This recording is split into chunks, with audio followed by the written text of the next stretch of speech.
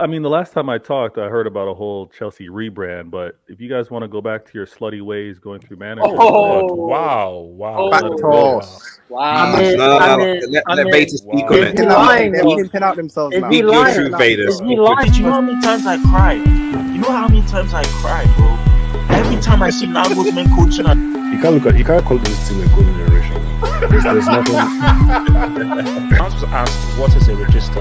I swear he said someone. Ain't no way. I do it. Once is an anomaly, twice a coincidence, 3 times is a pattern, 4 times is juju.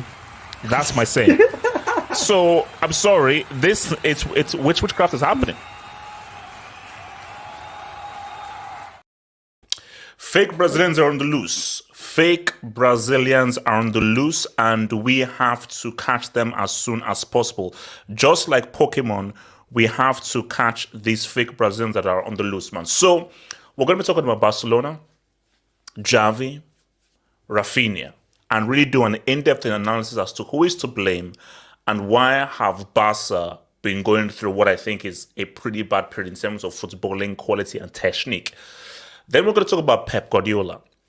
He's dropped points. This is the worst winless run that City and Pep have been on since December 2016. Are we seeing cracks in the armor? And more importantly, tis the season, not to be jolly, but is this the season for Liverpool and for Arsenal to now capitalize and say what's up? Are we finally seeing the Pep thing go down, or is he just doing it just to make us happy, make it interesting, and it's really going to go do 4 in a row? I want us to have a Mudryk conversation. Mudryk was trending, and I just want us to have like a footballing conversation with the panel and the street as to what is Mudryk's ceiling? Does he have a ceiling? Is he an agent? And do we think that we are judging him too harshly? And do we think that this guy can be a superstar in the future? And then we're also going to touch upon Osimhen. If you have to see, his assist was outstanding. Is he too big for Napoli? And should he really be pushing for a move because he has now far surpassed Napoli for someone of his talents? And finally, you know what it is. It's a huge game, massive game. Liverpool against Man United, our preview and our thoughts upon this. So guys, you know what it is, man. Like that vid, subscribe if you're new. And remember, if there's anything you want us to add into the show, please feel free to send in a Dubinsky. Remember, your dubs and your super chats help to support this show and help me to do this as a full-on job. So I thank you for your patronage. So guys, man, let's set things off right now. So let me just hit this first remark right now. So before I come to Barry, who I'm sure has a lot to say about this, man, let me just say this right now, and I'm sure that many people will agree. This is by far the worst Barca attack I've ever seen. I've never seen a Barca attack be filled with so much poverty and so much trash that I've seen here. I'm a Felix fan. I'm that dude. Xavi's still that dude. He's still one of the best football brains out there. Raphinha has to give his citizenship. I'm going to call up President Lula because me and him are close. I'm going to call up President Lula and say, yo, Lula, you need to revoke homeboy citizenship because this man, he's embarrassing Brazil. I know that Brazil are a bit tricky right now, but we just saw Endrick join up with his Real Madrid teammates who he will join officially in 2022-24. So there's hype around the Endrick. So maybe we're not trying to revitalize Brazilian samba football. But in terms of Jogo Bonito and the beautiful game, Raphinha, he's pissing all over it, bro.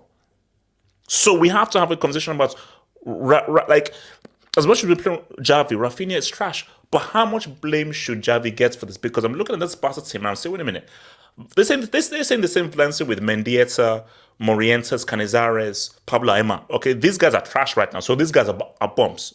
Class C, borderline Class B. So the fact that you can't beat a 2024 bum-ass, trash, useless, decrepit, poverty-stricken Valencia with 300 chances, should we be alarmed?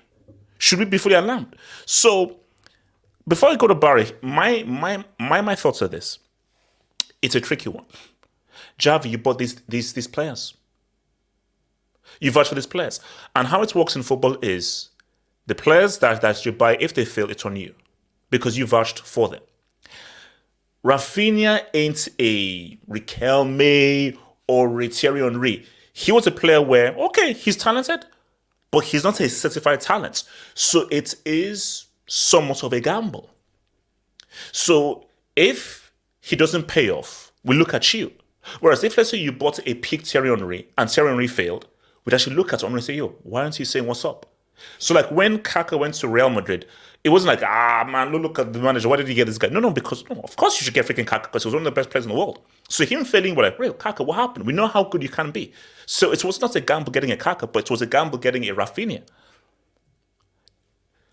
I don't know about the skill. Let me think about the skill again because it is Lewandowski, but then you look at his age. But Lewandowski was maybe a much more surefire hit than, let's say, a Raphinha.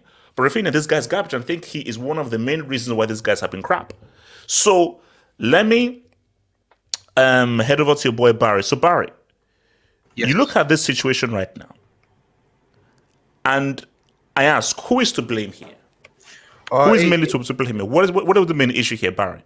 Yes, he wanted to go first because he has to leave soon. Oh, okay. He has to go for it, bro. He has to go for it. So speak about Barca, yes. I don't know, HH. Like, for me, with the whole Barca situation, it's just ill-advised purchases.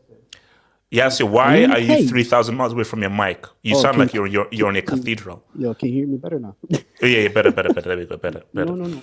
What I was saying is, HH. At the end of the day, football is about two things. It's about having a good manager, and it's about having good quality to elite quality players. I mean, you've seen the situation with Pep Guardiola at Manchester City, which you guys will probably get into. Quality is quality. And Barcelona's quality is straight up doo-doo. I'm not going to lie to you. How bad was Ansu Fati really? Let's be real. Yeah, no. Come on, Ansu Fati. No. He was Ansu Fati ain't changing this, bro. Like, don't. See, we can't be revisionists now. Don't do like, how Ansu Fati was. He was pretty much useless. So no, don't. Now, I'm not gonna lie to you. Ferran Torres, like this version of Lewandowski, Raphinha. Like, what are we doing? Ansu Fati in 2023 ain't that much better, bro. So don't do that. You see, give me a Messi, give me a Neymar. Don't give me Ansu Fati in 2023. Don't do that. Also, let's be real. When was the last talented player that they signed was Neymar. I understand they signed Dembele, but Dembele was a prospect, a phenomenal prospect from Borussia Dortmund. Did well, but he was a prospect, was a young player that had talent. But like the real like phenomenal player that they signed as an attacker was Neymar and Suarez. Like they signed a declining Lewandowski, which was supposed to be their best attacker. They signed Ferran Torres because Manchester City thought he wasn't good enough for their football club. I mean, so who is mainly to blame?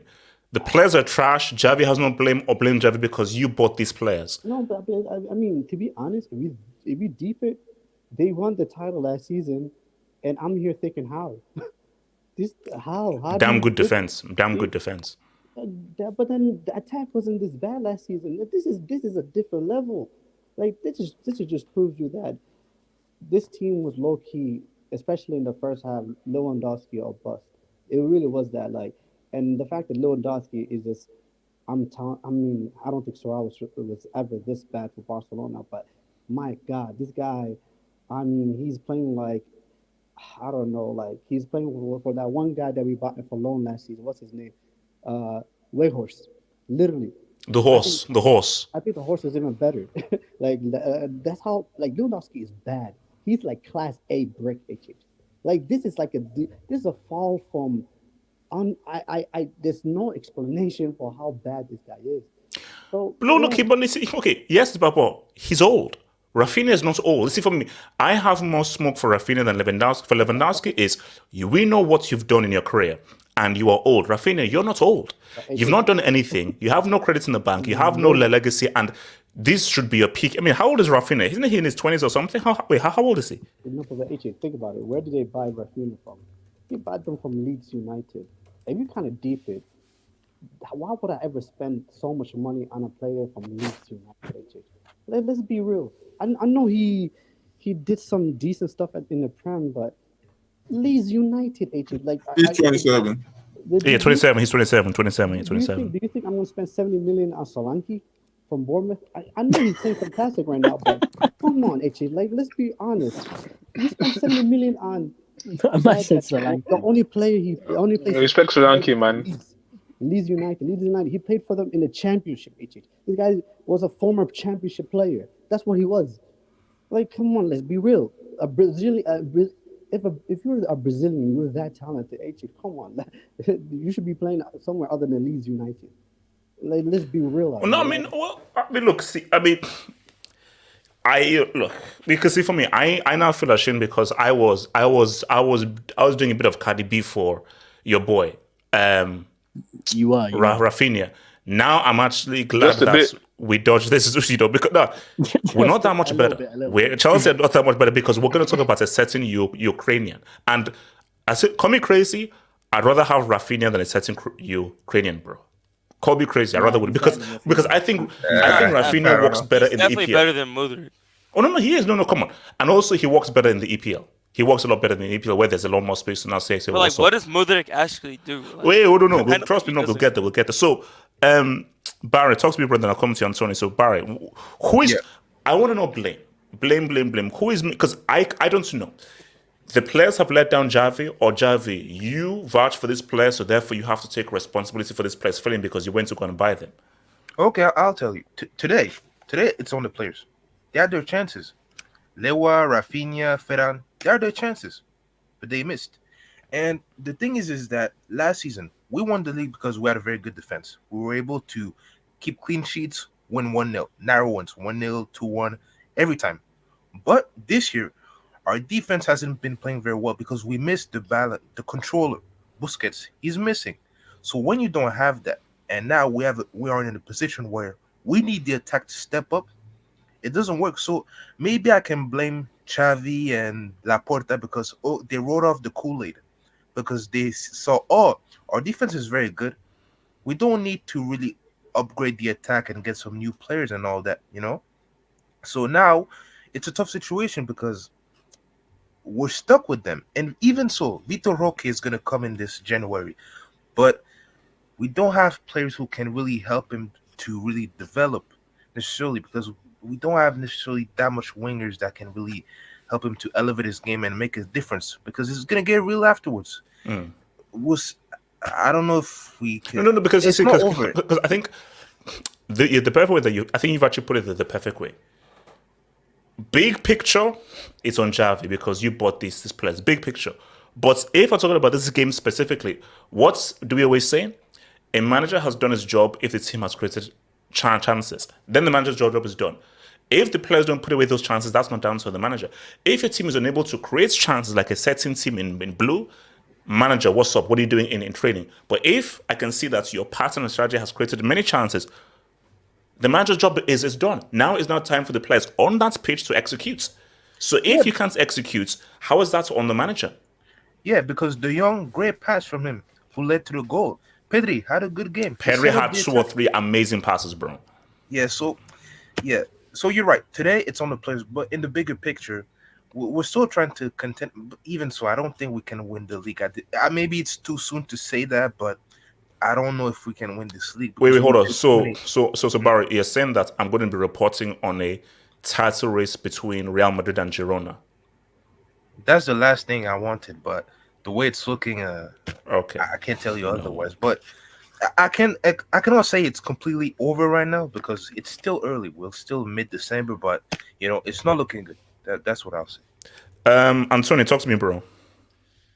What's up, HH? Can you hear What's me? up? Yeah, I can hear you, bro. I can hear you loud and clear. All right.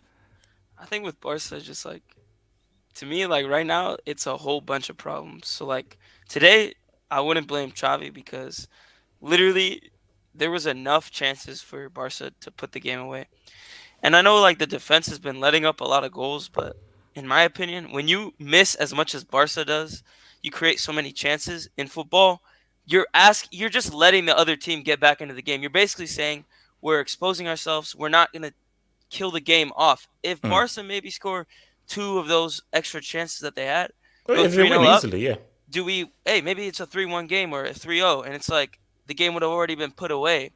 And I think the other problem is that we let Valencia come back into the game with some poor defending, although it was a golazo that the guy scored. Xavi, I feel like the problem is he can't necessarily, when the game gets very tight like that and it gets out of our hand, I've noticed this season that he just can't get us back into it. So I'm not going to blame him for this game, but I do think his lack of experience shows in moments like this. And that's why I worry when we get into the Champions League, like later in the season, because that's how games are going to be in Europe. But like talking about this game particularly, the attack is so bad. I know you like him, HH, but this guy's a ghost unless he plays against Atleti. Joao Felix Yeah, doesn't look, I do can't defend enough. him. Let me say, I'm so glad Zeman ain't here because I can't defend him. I can't defend You can't Zeman. defend him I because can't he just defend. doesn't do enough. And like, listen, no way if I'm Laporta do I sign this guy.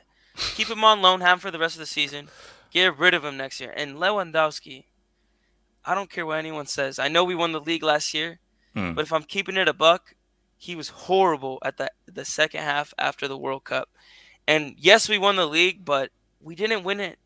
I don't want to say we were lucky, but we rode our luck at times. We had very close games, 1-0 and 2-1 wins. We relied on our defense a lot.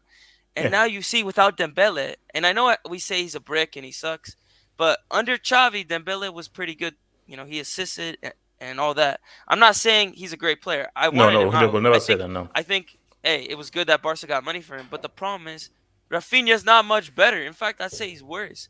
Raphinha misses so much. He's a decent player that I think at a different team would work. I think with Barca No, but needs wait, because is do you know the they need issue with Raphinha? he doesn't take people on enough. He's Yeah, not and like see, that's the point. So he plays on the right, which means he's left. So also streets. You have to listen to this. This is football 1-on-1 for people in the streets.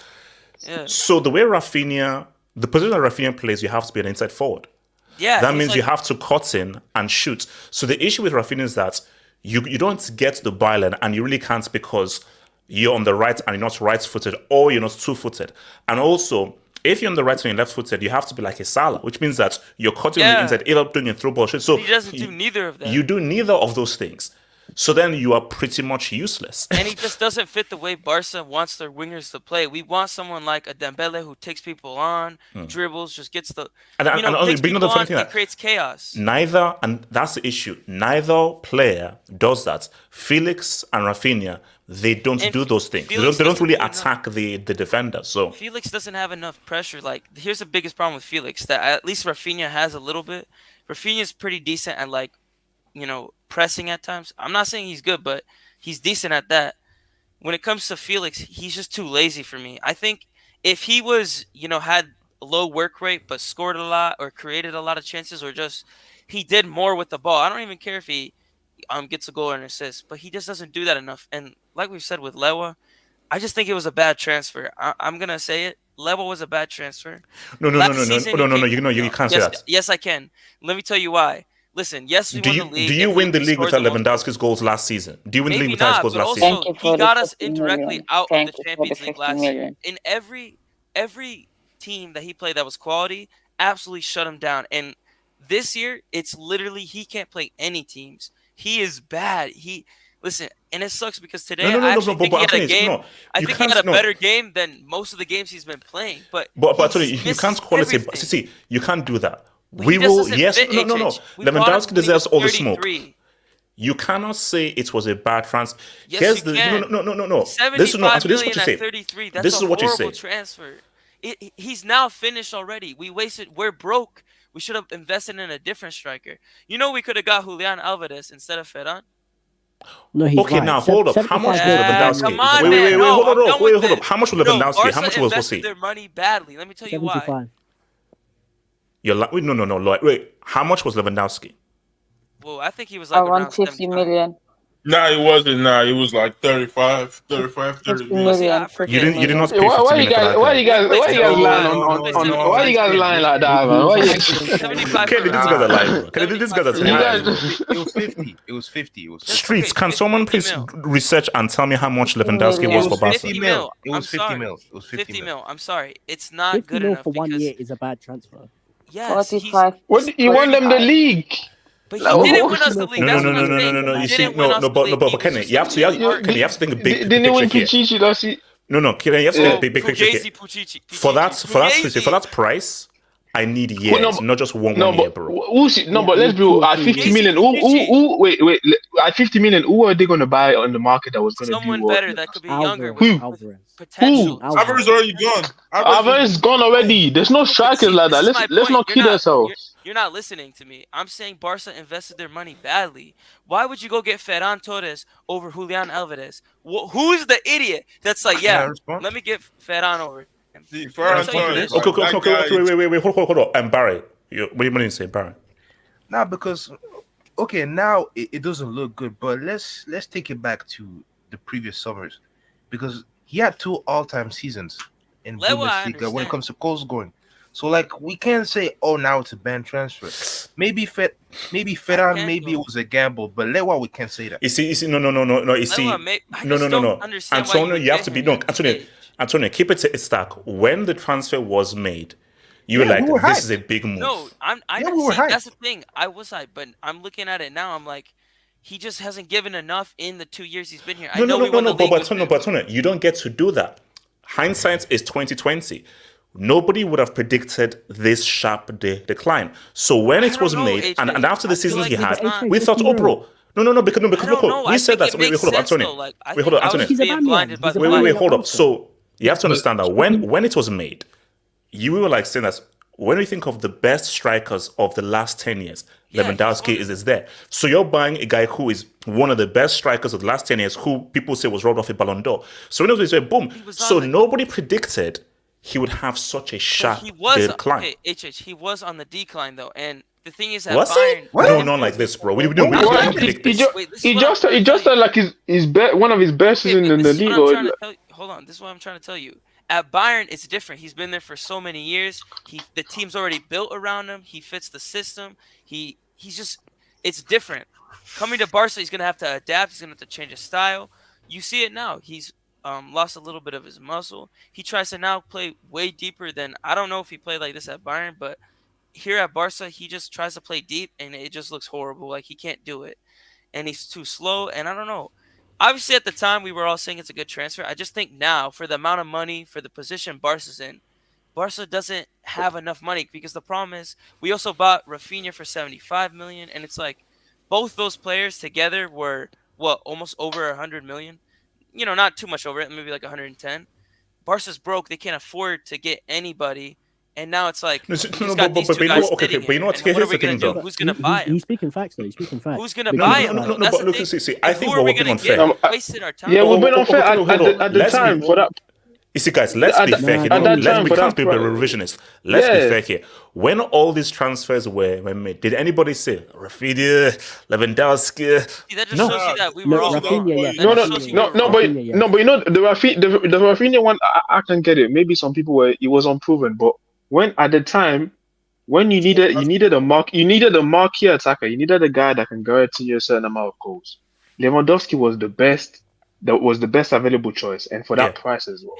I get that. So but the thing is that in hindsight, said yeah, we needed a striker. If you bought a striker to develop, maybe you don't win the league last season. You don't know that. No, okay, no, but but here's Kenny, the thing. if I'd you want rather to have a hindsight, sustainable future we'll than take what we have hindsight. now. 'Cause we don't have No, a but the thing, sustainable like, future. and let's go. Which strikers were available that you can tell my me thing that in though, the so next Anthony, 2 my years is thing though gonna is that hold up. At that time, if not Lewandowski, who do you get? That is what I'm No, saying. I mean that's the thing. At the AJ, can I time, speak I on was it? obviously happy for it. I'm just saying, I don't know who we would get. I don't know how it would go down, but that money could have been saved for the future, and maybe we don't win the league, or maybe we also- do. I don't No, know. no, Wait, We wait, can't be wait, saying. wait, Wait, wait, wait, wait, hold wait, on, hold up. Money Mace. Let me go to Money Mace. Money Mace, go for it. Oh. And guys, I'll take your dubs, guys. Money Mace. All right. You know, maybe at the time it was difficult to see because it's like you'd bought Lewandowski, and Lewandowski still, even though he wasn't like at his absolute peak when he went to Barca, he was still one of the best strikers in the world. But if you Yeah, I look didn't at it with expect this. hindsight, he gave Barcelona a good 6 months that won them the league. That's Let's it. be real. Aubameyang gave And what them did a he do good in the 6 Champions months. League? Wait, What hold did he do in the on. Champions Money Mace, Money Mace. Yeah, and in the Champions League, he was horrible. Bro, that Bayern Munich game where they played Bayern Munich away, Barcelona were all on top of them. Every single chance fell to Lewandowski, and he missed them all. In all the big games in the UCL when they needed him, he didn't turn up. And the thing is, for Barcelona and their money issues, the UCL is way more important than the Champions League, than the league, because of the advertising, because of the sponsorship. A far UCL run would have been really important for them. Bro, that Spotify deal they had, it was probably off the basis of like, oh, you're going to show our badge in the semi-finals of the Champions League, because the investment they made that summer was set up for that semi-final. But then they end up getting knocked out the group stages, and he's a big reason why. Wait, quick. Okay, yeah, Kenny, go for it. No, obviously, I think is all fine to say that, but for me, it's like I say, it's nice revisionism. But the thing is that who are you gonna get to replace him? And whoever you get to replace him, can you guarantee that you qualify for the Champions League? Can you guarantee that you win the league? We don't know that. And like I said, at the end of the day, striker market is right now is horrible. So at that time, when you have that type of opportunity for that strike, at the time the guy was a top 3 striker, probably top 2 strikers in Europe. You take it. You have to take those type of chances. And also Kenny. Also, guys, the fact of the matter, guys, is that let's be real. Streets, everybody. We do not expect Lewandowski to. This is a nosedive. Literally, after the World Cup, we're expecting like a gradual decline. This isn't gradual. This is a nosedive that he's taken. Nobody predicted this. So my thing though is that when the transfer for Lewandowski was made and Raphinha was made, people were like, this is good. No one said, They said, oh, wow. Like, remember the whole thing? Wow, Barca have won the transfer market. They've pulled out the levers. Whoa, Barca, look at what Frankie de Jong. So like, wow. So my thing though is, which is why I say that how much blame can you give Xavi? Because if it was a case where we criticized the transfers and like, hey, Xavi, we told you they were crap, they're crap. No, Lewandowski, yeah, all right. And Raphinha, based on what they did, okay, all right. Exactly. But now we're looking at them like, oh, damn, these guys are figured out. And keep in mind that Barca don't have a huge amount of money to spend, so they couldn't put 100 mil on a Alvarez, Haaland, or any of these guys because they can't really compete with, let's say, the EPL guys. So that's why this Vitor Roque could be a blessing in disguise. It could be a blessing. Because if he now comes now and says what's up, that could be huge. Because all Barca need is a guy to convert these. Barca are creating. See, we will get to a certain team in blue. But I wouldn't put that much pressure on him yet, because I don't know if Vitor Roque is gonna come in with flying colors or if it's gonna take him a minute. I say you shouldn't, bro. You can't expect a guy just coming out of the Brazil league to now be your savior. That's crazy. That's what I'm saying, though, because he's still an 18-year-old kid. That's another problem. Like, we have a lot of unexperienced. Okay, but Antonio, what do you do though? If we're saying Lewandowski is garbage and trash, and we know that this guy he's washed. Vitor Roque comes in, what do you do? You just let's say he comes in and he actually plays well and walks in well. No, do you keep on starting Lewandowski because he's older and more experienced? No, you play Vitor Roque. You play Vitor Roque. What I'm saying is that I just worry because, like, with a young kid like that, I don't know. I feel like just throwing him into the fire, because Barca's under a lot of pressure right now. Because of the draw today, we've kind of just shot ourselves in the foot. We could be 9 points off the league title tomorrow, and this race is going to be hard. I mean, we're not out of it, but we could still. I mean, if we keep losing and drawing games, we're going to be out of it soon. No. For me, okay. Here's my prediction. I may be wrong, but this is my prediction. The reason why I believe Barca are probably out of it is because. So I think, correct me if I'm wrong. You could just see it. So Barca have already considered as many goals as they considered the whole of last season, I think, already. Yeah, that was weeks before. So 2 to 3 weeks. Yeah, so the reality, so the reality now is that defense that held up and was key to you winning ain't there right now. And the fact of the matter is that this attack is not an attack that can get you 2, 3, 4 goals in every single game. So the situation right now is it's going to be hard for me to make an argument for, unless Vitor Roque comes in and is superb, which I don't think is going to happen. This looks like, if you know what, write this league off, try and pray for something in the UCL. I think we have to hope. Well, this is my biggest problem. Is like, if we're not going to do good in the league, we have to get to a quarterfinals in the Champions League. I'm sorry, whoever said it, I think. And Antonio, I can't guarantee that. I know. I don't blame you, because here's the thing: Barca need the money. If they, as much as I also want to see them go far, this club needs the Champions League money, and to keep underperforming, it's going to be tough. I mean, and I see why they really wanted Messi last summer. I mean, okay. Let me bring in Cole. Cole, what are you saying about this whole Barca situation, Cole? He's at work. Yeah, so to me Cole. Why does it say I'm at work as your username? He's busy, man. Leave him alone. Because I'm letting you know. I'm letting you know where I'm at. I'm letting you know my destiny. Okay. Wait, Cole. Wait, hold on, Cole. This is not a WhatsApp friends group chat. This is StreamYard. Why is your name I'm at work when this is a stream? Okay, Cole. Just talk about Barca. Just talk. Your call is risking the bag even just to get on the stream, man. Cole, talk, man. Cole, talk. Kenny, his boss is gonna come through the back door. They need to fix. Hello, can you hear me? Yes, talk. We can hear you. Talk, man. They need to fix. All right. They need to fix the goalkeeper situation. The goalkeeper situation is a very big problem. I think Inaki Peña and Stegen are both pathetic players. And then another thing too that is pathetic is Xavi.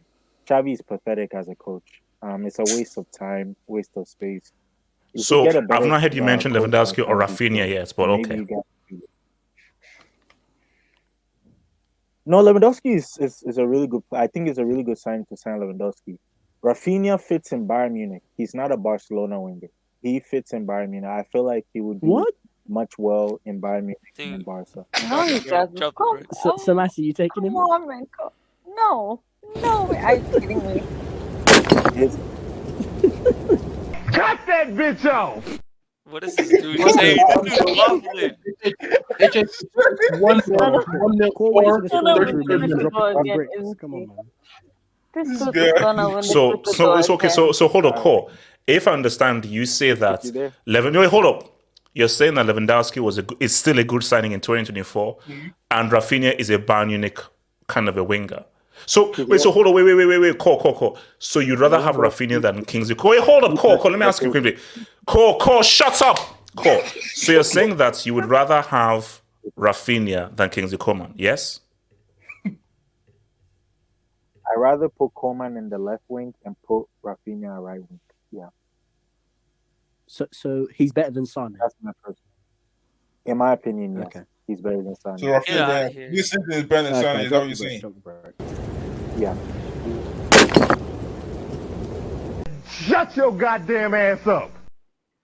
2-0 core in the first. That's a quick double right there. Yeah, that's a quick double right there. Because I think, man, Abdallah, unless you can give me a masterclass before January 1st, but I think this is done, bro. So who else hasn't spoken on this bus? I've had enough of call, bro. BMF, go for it. BMF.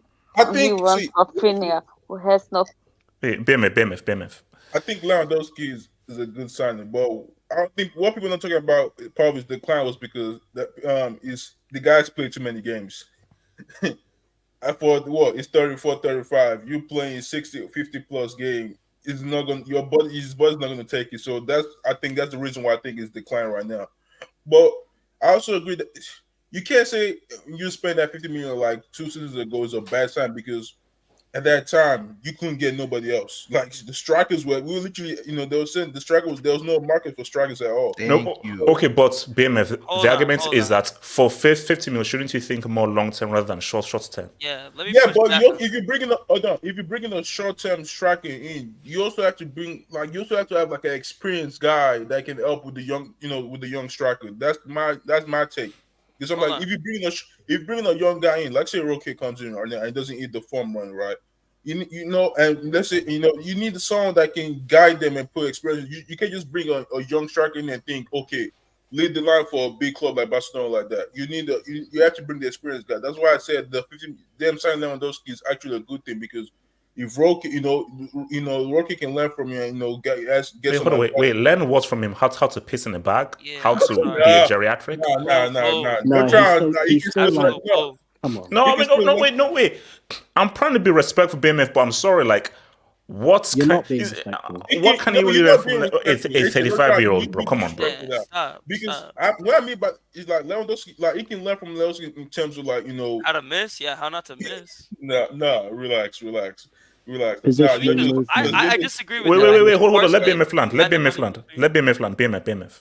No, I think he can Lewandowski can actually still guide you. Might not he doesn't have to play on the pitch. Like Lewandowski doesn't have to play, but doing like training sessions, doing the mean, he can still guide Roque and help Roque establish himself as a striker for Barcelona. So that's why you always need the experienced guys, in your team because you can't just like look at Chelsea for example, right? Okay. No. Let's not look at Chelsea. So hold on. Let me just ask you. Wait. Okay, let me just ask you. So just to be clear. So because I asked this question, I think someone responded on Twitter. So Xavi can't be sacked because Barca just don't have the money. So they couldn't even sack him if they wanted to. They can. No, they can. But can I ask something? Okay, Barry, go for Barry. No, it's not even a position that we don't have enough money to sack him. It's because look at the circumstances around. We don't really have the squad to really compete, really.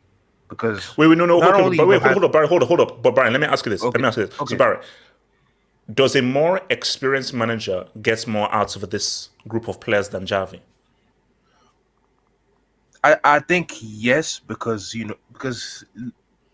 older managers, they have more experience and they can make something out of little things. Yes. So maybe that would work, but it's tricky because I think Laporta really likes Xavi. They have a close relationship, so emotions come into play. But if you want to be cold-hearted, really want to do something this year, the best thing is to get rid of him. But I don't think it's gonna happen. But Barry. Wait, hold on. You see, Barry, you hit the nail on the head. And this Barry said the reality here. Laporta can always say, which is what I've always said, this is the first time I've been watching Barcelona since the mid-90s that they've not had one superstar player. Whether it was Romario, Ronaldo, Rivaldo, Kluivert, Messi, Neymar, Dino, they've had at least one guy who is regarded as one of the best players in the world at the time, specifically an attacking player. This is the first time that they don't have at least one attacking or creative superstar. So Laporta can always say, hey, look at the situation we're in. We're in a very unique situation right now. Xavi is doing the best out of a young team without that superstar talent and that superstar game changer, game winner. So I'm cool where we're at, and he still has a credit in the bank of how many people had their money on Barca winning the league last season? Exactly. Can I add something to that? Yeah. Barry, go for Barry. Yeah, because Antonio, he's a fan, so he knows where we're at. Because we need to remind ourselves when we signed Lewandowski and we pulled all those levers, we haven't won the league in 3 years, and we were in Europa. So I understand people saying, "Oh, maybe we should invest money for something in the future," but we're a win now club. So it didn't bother me signing Lewa, signing Raphinha, Koundé, buying all those guys and playing all the levers because we haven't done stuff in almost 5 years. So we had to do something. But now it does look bad because only 1 year and a half after those products are not doing as good as they were supposed to be, I just think it's like starting. Wait, guys, hold up. Problem I feel. Hold up. I want to ask you because someone just mentioned something in the streets. So I mentioned Kluivert, Rivaldo, Romario, and everything. So when Barcelona bought Lewandowski, was that supposed to be his superstar? I would say so, yeah. because like Man. Yes, of Depending on course. who was there. Yes, No, of no, course. wait, hold on. SK, go for it. SK. because you have to get like okay, like like what Barry was saying to contextualize this. Like Lewandowski came off a season where he scored 35 goals in the Bundesliga. So like the notion that he was just somehow like not a good player anymore, I think is really hogwash. Like I mean, if you look at Lewandowski now, he scored what 9 and 20. Like that nosedive, like you were saying, is definitely not something you could predict like right away. Like because Lewandowski came off what finishing like second in the Ballon d'Or, something like that. So like that screams a superstar player. And like to Barry's point, he then won the league in 3 years. 3 years. On paper. If you look on paper, he won the Pichichi, right? They won the league for the first time in 3 years. So that would be quote unquote the superstar player if you don't add in the context of Okay, wait, hold on. SK, how old was he when they bought him? 33. 33. So SK, my retort to that is yes, I can see where you're coming from, but those other guys, Clivert, Rivaldo, Romario, all these kind of guys, when they were bought, they were at least in their 20s. So they were bought either at their prime or approaching their prime. So yes, Lewandowski has the skill sets in correlation with those guys based on his era. But when they bought him, they were not buying him at the peak of his powers and at the peak of where he was as a player. Hold on. SK. I mean, that's fair. I definitely agree with you on that. But your question is, was he supposed to be that? Not is he actually that? And I'm saying, yeah. If you look at it on paper, that's his role. That's what he's supposed to be doing. Like right now, we should be lampooning Lewandowski. Like, hey, your team's in third place. You guys have like I know you're not a stats guy, but you guys have like I'm dead. Like I know you're not a stats guy like the HG, but you guys have underperformed your XG by like 8 goals. You're supposed to be the superstar player. You only have 9 goals in 20 matches. What's going on here? That should be the question that we should be asking right now. He's disgracing the number 9. Hmm? He's disgracing the number 9. Exactly. So the fact that we're not asking that question pretty much means we've already given up on him in the first place. So I guess that's the real question we should ask. Plus, also, you need to understand that Barca can't afford any young superstar at the age of 24, 25. They have to go and buy. No, they can't afford one. Bro, if they went to go buy Mbappe, they'd go underneath as a club today because they're that. They broke. literally can't. They can't even make an offer on Do Mbappe. you know it's so crazy? So basically, I was watching this like Simon Jordan does this interview things, and he was interviewing Ruud Gullit. Really good interview. So and I can't remember what year it was. I think it was maybe like early 90s. So when AC Milan bought Ruud Gullit, which was the world record? Guess how much he was bought for? Which was the world record at the time? 20 million. 7 million. Oh. Hey. So when he went to AC Milan, and I think so. If someone fact check for me, I think like Elijah fact check for me. I think it was like early 90s when he went to AC Milan. He was the world record 7 million. That's crazy. That's crazy. Now you have Crazy. Obviously, we know the money back then and now. Yeah, no. So I think just in response to what Money Mr. things are like, for Barca to now get a top tier guy, 80 plus. If you want to buy a top tier talent right now, it's 80 plus. But 80 is nice. No, you need, 80 is nice. Wait, hold up. Money Mace. You need to understand, we're talking about Barcelona. We're not talking about some other club. We're talking about probably a top 3, top 2 club in world football. So the superstar for them is not the superstar at a Chelsea, at a Manchester City, or at any other club. The superstars for Barcelona's and Real Madrid, they're the best players in the world. Yeah. That's the sort of player that Barcelona cannot afford in their current shape. It's impossible. We don't have a player in those positions. Yeah, so no, look, see, we'll get, because we're going to have a whole UCL talk on Sunday and everything. We'll get there because I want to just focus on the UCL talk on Sunday. But I just look at Barca and I'm like, look, is this season a wash? Is what you're saying, HH? You know what? No. See, yes. For me, a league, we have to see how the story goes, because the thing about the league is that it's always a marathon and there are many twists and turns. So it would be disingenuous to be like, oh, it's over. Come on, no. I do think we're kind of blowing things out of proportion a little bit. Like I was alluding to earlier. Like I know you're not really much of like a stats guy, but like I am. And if I like look at the stats, like for starters, Barcelona have underperformed the XG by like 8 goals, which is like a really, really bad discrepancy.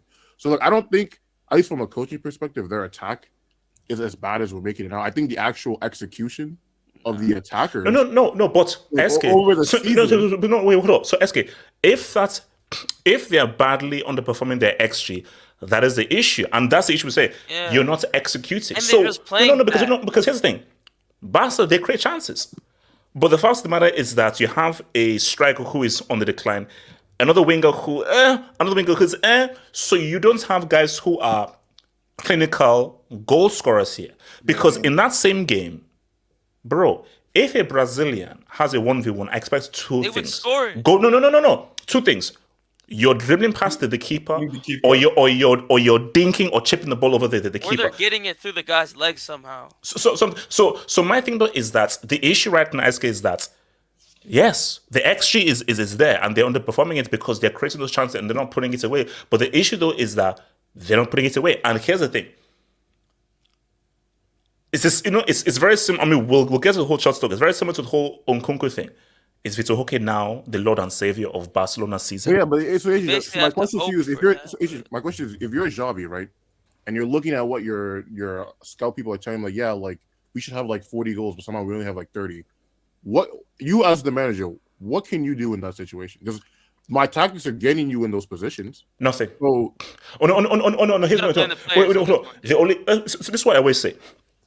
A manager's job is done when the team is creating chances. After that, once they're in the box and they because my thing is that as a manager, my job is the blueprints. So football is it's a chess game. So my point is, how can I penetrate these defenses and create opportunities by exposing the defenses of my opponents? So my job is tactical. It isn't physical. The physical, tangible thing is you putting the ball into the nets. That is down to you, the physical player.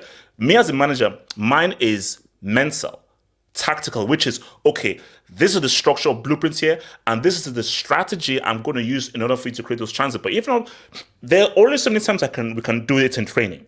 I can coach you in training. But when it comes to that game right now, I'm sorry. Is it Xavi's fault that Raphinha didn't score that? Raphinha, you're a top tier footballer. You have to put it away. So the only thing Xavi can do is get a better finisher. No, but is it Xavi's fault that Lewa misses like a tap in that's literally less than 5 yards out? It's like what you said. It's a blueprint, and the attackers, they get in the positions, and as soon as they're in front of goal, that's up to them to score. And see, the main thing is that all of them play horrible. You can't blame Xavi, because this is Lewandowski, a guy who we all respected a year or two ago as one of the finest clinical finishers in the world. But this is a crazy drop off. And another thing is and maybe this is because I've watched Barca from a couple years ago and stuff too. The drop off on the attack and the quality. Not only do they not score, do they not assist each other, they are just not the attacking trio doesn't feel cohesive, it just feels like a bunch of guys doing something individually, and they don't really fit together right now. They're just on bad form, but they don't look good. This is one of the worst talents for Barca attack in a while. It isn't even fun to watch. It's horrible, because Barca usually, we're known for having a great attack, horrible defense. Well, now we've switched. We got a good defense and a good midfield. Hold on, let me see some Dubinsky. So shout out to your boy. You see, no, I didn't see. I just heard about this. So Lockyer Caracas was scary, man. Glad he's okay. So I think yeah, prayers, man. Yeah, Fabrizio said that he's moved, that he's actually responsive and everything. So he should luckily like that. But yeah. Hopefully he's fine, bro. Yeah, hopefully he's fine. Hopefully he's fine. He fainted Daddy in the Us. last game. Which was oh god, that's good. The German Bum Liga, Boobies Liga, Booby. Find the goddamn hobby, okay? This guy is old. Shout out to Daddy Us. I miss call Sage, Jesus, Abdul, Jujuman, Montar, Smart Dudes. Jesus, guys, Sage. Yeah, that's going way back, bro. Oh god, half of snow bonus. Speak on Greenwood dunking on Ramos. La Ligue ass. #wood. Okay. Let's not talk about I've got nothing to say. That Sevilla manager got sacked as well. Next topic. Okay, so that is they called my boy Dembozo. Guess who's crying now? He's still Dembozo though. Yeah, he's still a bit bozo, bro. Bro has one goal in the French league. Yeah, come on, bro. And shout out to Joshua Ajikuko. HH, in all caps, by the way. Madrid needs to be stopped. They're trying to buy Jude's brother. If Enrique Gule, if Mbappe goes there and they pop off, and they also have Valverde. Now, I mean, I've not heard anything about Job. Is this true? I don't think they're looking for Job. I won't be surprised. I wouldn't rule that out. This is actually The dad said that at Job's age and Jude's age that he was better than him. Yeah, let it do this. Kenny, we'll get this year's La Liga is Kenny, that's you know what? I don't think AJ shows you know I just clocked it. Kenny, that's messed up. Kenny, that's really Kenny, what do you like, mean? On several levels. On several levels, that's really messed up. What do you mean? We have to support. It's for the brothers, man. Hold on, we'll get there. So no. Look, my thing though is I don't. Mbappe's not going to Real Madrid. You know that's not going to happen. Guys, you know Mbappe's signing an extension with the PSG. No, he's got to go to Real That's really bad for you. No. Guys, guys, I don't think you understand. Guys, the Mbappe club story, it's a tragedy. Yeah. It's a tragedy, bro. It's renewing his contract. Yeah, it's so Stop trying to make him sound like a victim. Stop. No, he's a victim. He signed that contract. Wait. Victim of what, though? A victim of what? Victim of political intervention. Get out of here. If he had No. You see, my thing though is Real for the next 10 years looks scary. You see, unlike Barca, Real for the next 10 years look bloody scary. Because the amount of time they have is freaking scary. Barca has no succession plans. Wait, so half of Snow Bonnets, Lever and Veghast legacy outside. Okay. All right. Okay, thank you. No. Ignore him. Okay, you know what? Let's just keep going. QC8, flirting, fire, Felix 3Gs, harassment, Greenwood. Okay. All right. Oh my god. Minecraft. Do you know what I always say that? I mean, is it? Am I the problem because maybe I am you are who you attract? So because I'm trying to say yes. So maybe I'm messed up because there's some people who I think these guys are really mentally messed up in the head. But Minecraft the Diamond. HH Super League will live 1 billion December 21st. God. I hope they lose. Yeah, I heard. They're trying to bring it back. Let's go. Yeah, I heard Perez is. That's what I said. I heard Perez is contacting like 50 or 60 clubs. Hey, wait, hold on. Let me do those. So Nemo. Levin Disney presents Wreck-It Ralph destroying our attacks with PNP and Fix-It Felix doing honest construction work laying bricks. The perfect cast. Wow. We need to drop a break for that Levin Disney. That's not your right Disney. What is this? Some of the people smell it.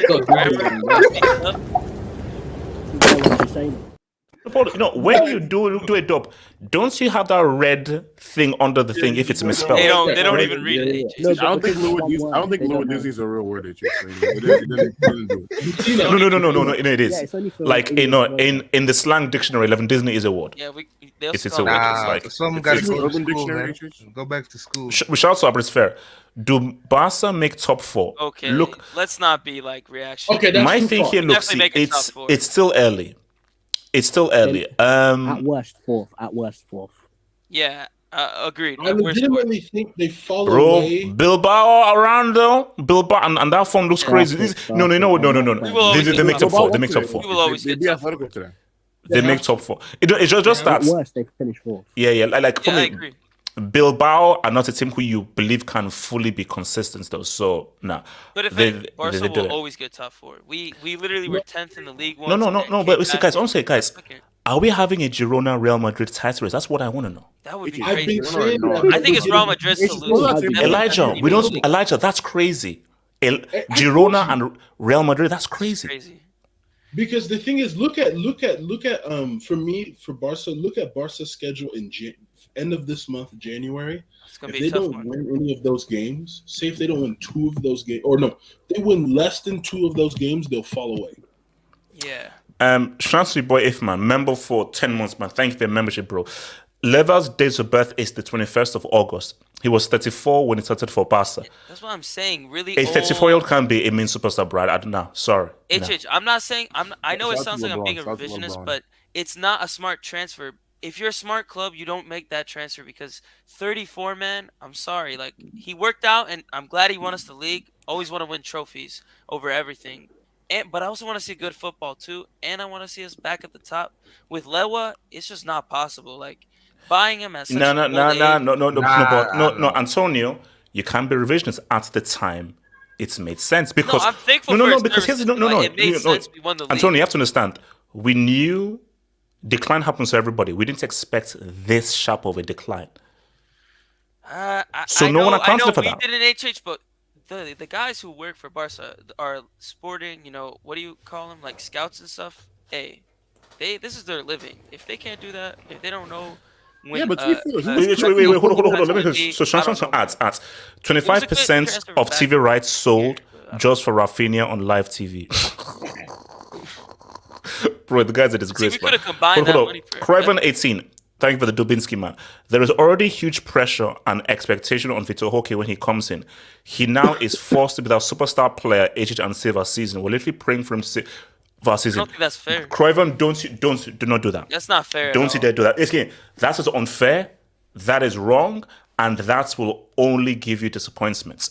Yeah, The best thing literally. for you to do is like, hey, Lewandowski, you're still the senior dude, because what you don't want to do. Because for me, I think playing Lamine Yamal so many games, I think that's bad. He's do too too. young I to be a do too, consistent AJ. starter. It's gonna So, hurt his confidence. but remember, he had to play because of Rafinha's injury. So it is what it was. So, but my thing though is, Vitor Hoke, you don't want to ruin him and put unnecessary pressure upon him. This ain't the second coming of Neymar. This is a talented striker. This ain't R9. This ain't Romario. Okay, he's nowhere near. He's not near the level, and he'll never be the level of Romario and R9. He ain't him, that dude. So the thing though is, just let him be him. You put pressure on him, you could ruin him. Low expectations. Anthony Lafleur, Lewandowski is not saying what's up anymore.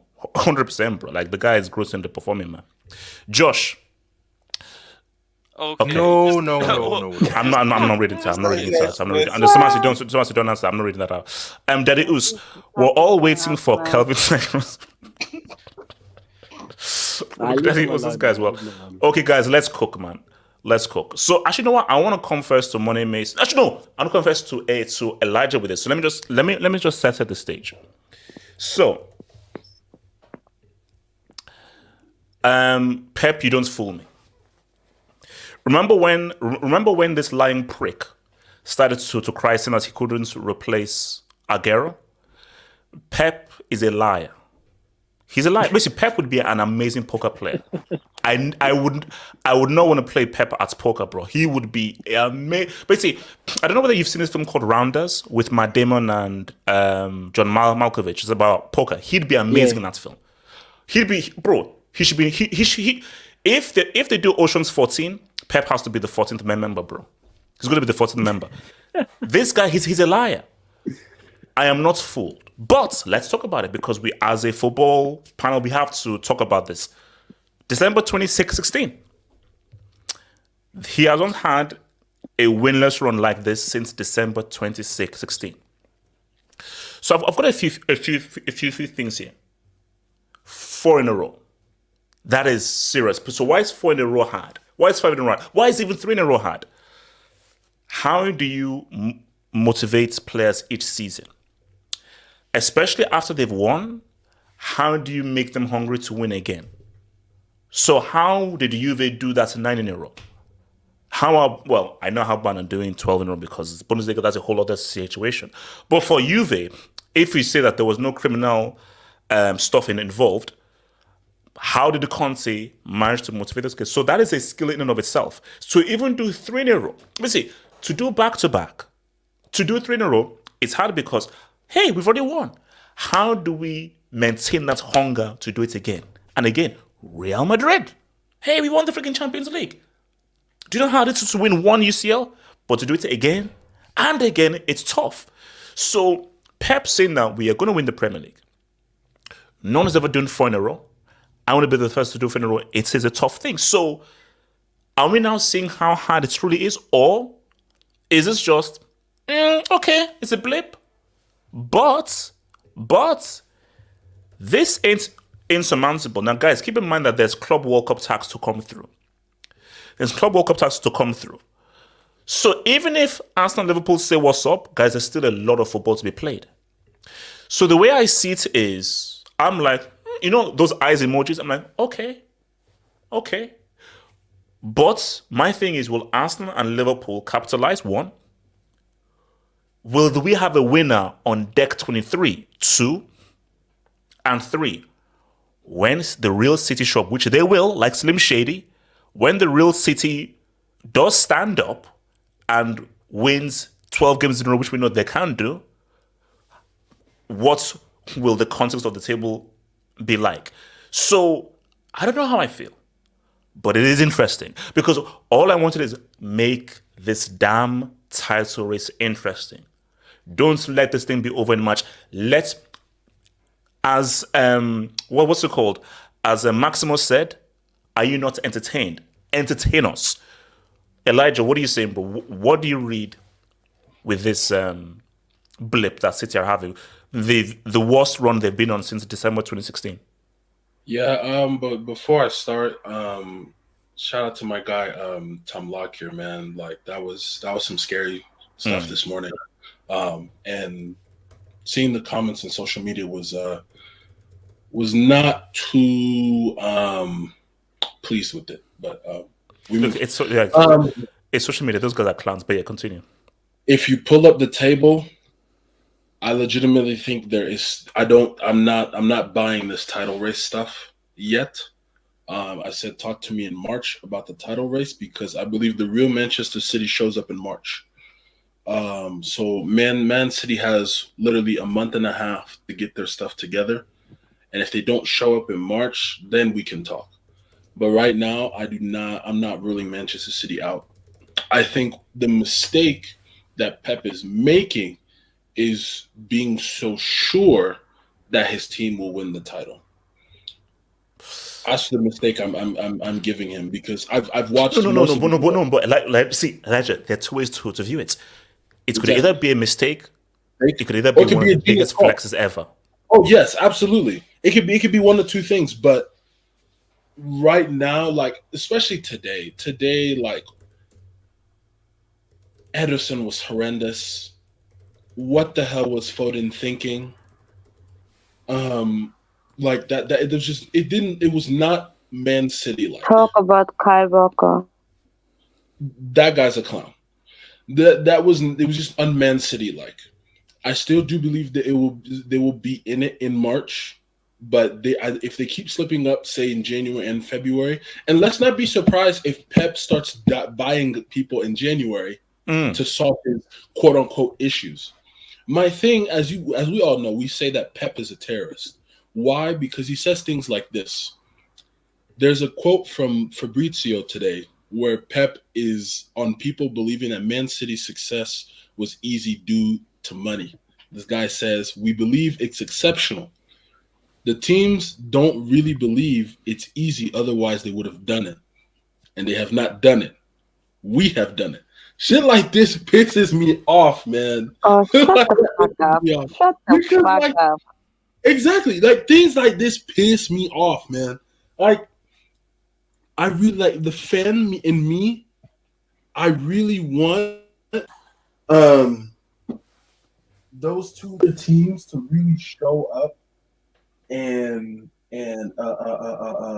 make a statement. And that's the key question is that with this blip, will this Arsenal Liverpool have the consistency to now say what's up? That's the key question.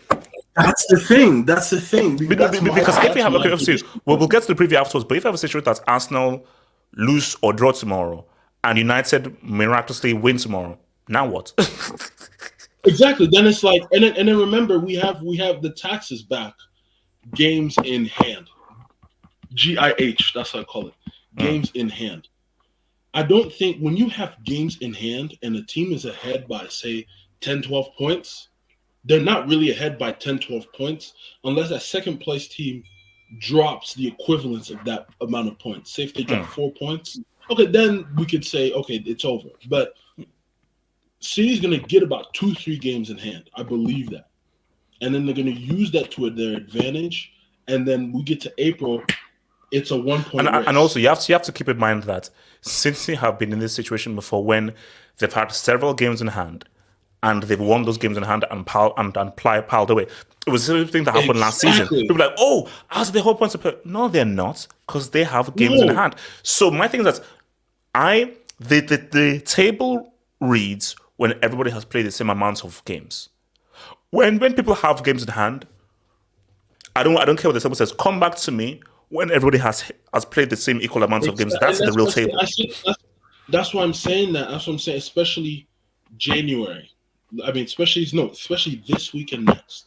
Liverpool has the League Cup quarterfinal at Anfield. You win that game, you immediately get games in hand in January, February. Easily. If you get, because you'll play the first leg in the first week of January, you'll play the second leg in the third week of January, and the finals the third or fourth week in February. Bro, that's 3-4 games in hand, easily. And so City's going to, and same thing for City. City's going to they're going to push a few of their games because of Club World Cup tax. And we would be surprised. I wouldn't be surprised if somebody's ahead of City by 12, 15. But we can't keep doing this thing of, oh man, it's over. And you know, City's not going to come back. No, don't do that. Do not. Shout out to Roy, by the way, but don't do that. Do not do that, please. Wait. Stop banging. I think you're banging on your things. Yeah, sorry. I'm banging on my desk. I'm sorry. Passionate. I'm passionate because I think Arsenal can make a run. I think we can make a run. I think even Villa can make a run. I think it's all about just getting that space away from City. Like, just get away from City as far as you can. That's the thing.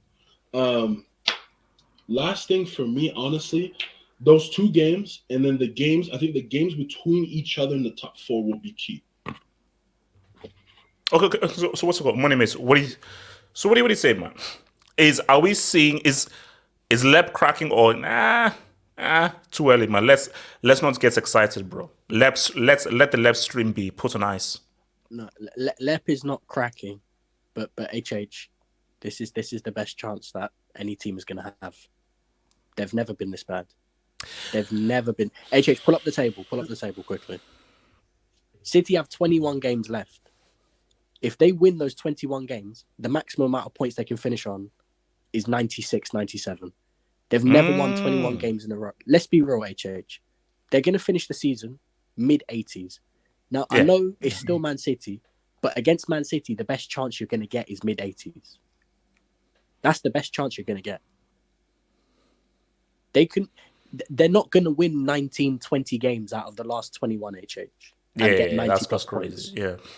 They're not going to do that. So they're going to finish on mid-80s.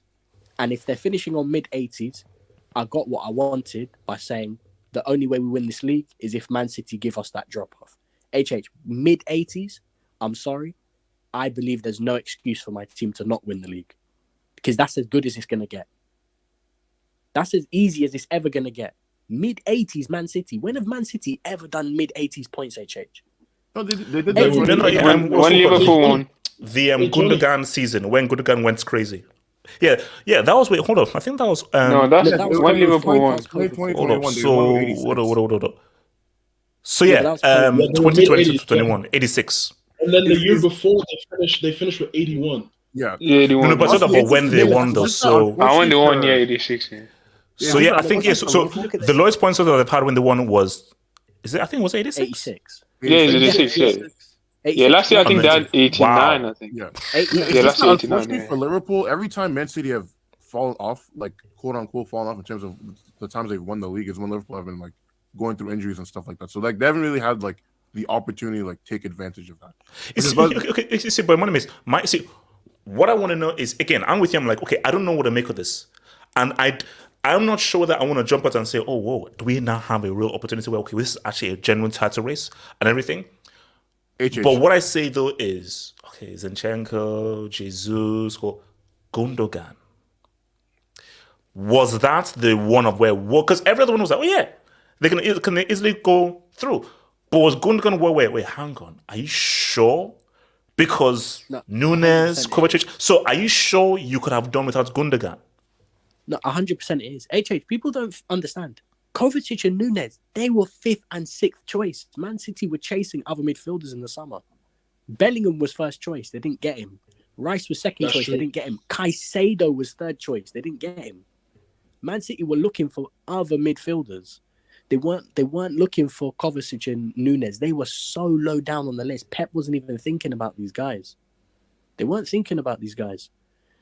And this is what I mean. This Man City team, in terms of player quality, HH is dropped. Doku is not as good as Mahrez. Kovacic and Nunes, they're not as good as Gundogan. In terms of player quality, it's dropped, HH. No, but mid-80s points. But there's a Pep quote, and I mentioned it. This is the easiest it's going to be, and you have to do something. But you know what Pep said? Pep said, and I do agree with him, but it's interesting. So he said that big clubs don't stand in the way of players wanting to leave. That if he wants, even if you're one of our best players, if he wants to leave, you can leave. Because big clubs should be able to operate whenever players are about to leave. And I agree with that, and I think that's fair though. But as you said, but he left because they disrespected him. He wanted a 2-year deal. They gave him a 1-year deal. Wait, who is this? Mahrez? Gundogan. They gave Gundogan a 1-year deal. He wanted a 2-year deal. They disrespected him. That's why he left. If they gave him that 2-year deal, he'd still be here. And to be honest, he was not washed. He's a 32-year-old midfielder. Bro, he was one of the best players last season. Never relied on pace. But I think with City, it's like they don't want to make it seem. Well, do they have that same criteria, like over 30, over a certain age, don't they give you 1-year extension? Yeah. No. Because at Chelsea was similar. That's criteria. No, based on how important you are to a team, that should change. Gundogan deserves a 2-year deal. How many other over 30? They gave him over 30 players have Man City really kept them? Like Aguero left at like 32. They gave Kyle Walker a 2-year contract when he was trying to go to Bayern Munich. You telling me Gundogan's not as important as Kyle Walker? I do think there's like a. I don't know if there's like a. I mean, it's I feel like with Kyle Walker, it's. I mean, with Gundogan, they should have like definitely kept him, but with Kyle Walker, I mean, I don't know. Maybe it's because he's English and they can market to that. Hold on. Let me bring in. So, SK, what do you make of this this City blip? Is it something a lot bigger, or is it like, no, it's a blip? Or so, wait, hang on, Gundogan, Mahrez. I'm not lie to you, bro. Like, I feel for Liverpool fans in the sense of Man City, when they have games in hand and are on a run, might actually be like the most PTSD-inducing thing I think I've ever seen. So I'm glad that I've never had to deal with a ton of ways with those guys. Like, honestly, until like Elijah said, until we get to the end of February, and if they're still in this position, then we can start having a conversation. I've seen the script too many times. Yes. Man City were down like 7 points to a way better Liverpool team 4 years ago. What did they do? They somehow won anyway. Like, these guys do this. They do this for a living.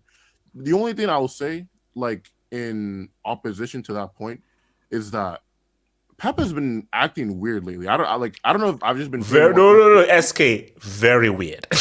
Insecure. You know when you're watching like a really good like anime or show, and the main villain is like, we're entering like the last like third, and the main one he just starts to like make really bad mistakes, and you can tell, okay, the fall is about to happen to like Pep is entering that era, but I've just seen too much. He has too much credit for me to really believe in it, but he has been acting weird though. So you guys think City's gonna win it again? No, I do. No, see, for me, it would be disingenuous for me to be like, oh no, I'm sorry. Like, a team who've done 3 in a row, and it's a few things. So basically, this is the reason why it's 3 in a row. They still have an amazing goal scorer, but specifically, I just don't believe Arsenal and Liverpool can outlast them. You don't think Liverpool can? No, actually, they could. Not this Liverpool team. No. I don't know. I don't know, HH. Maybe it's me being hopeful because I don't want to see you guys always. I don't want to always see in any league just one team win it all the time.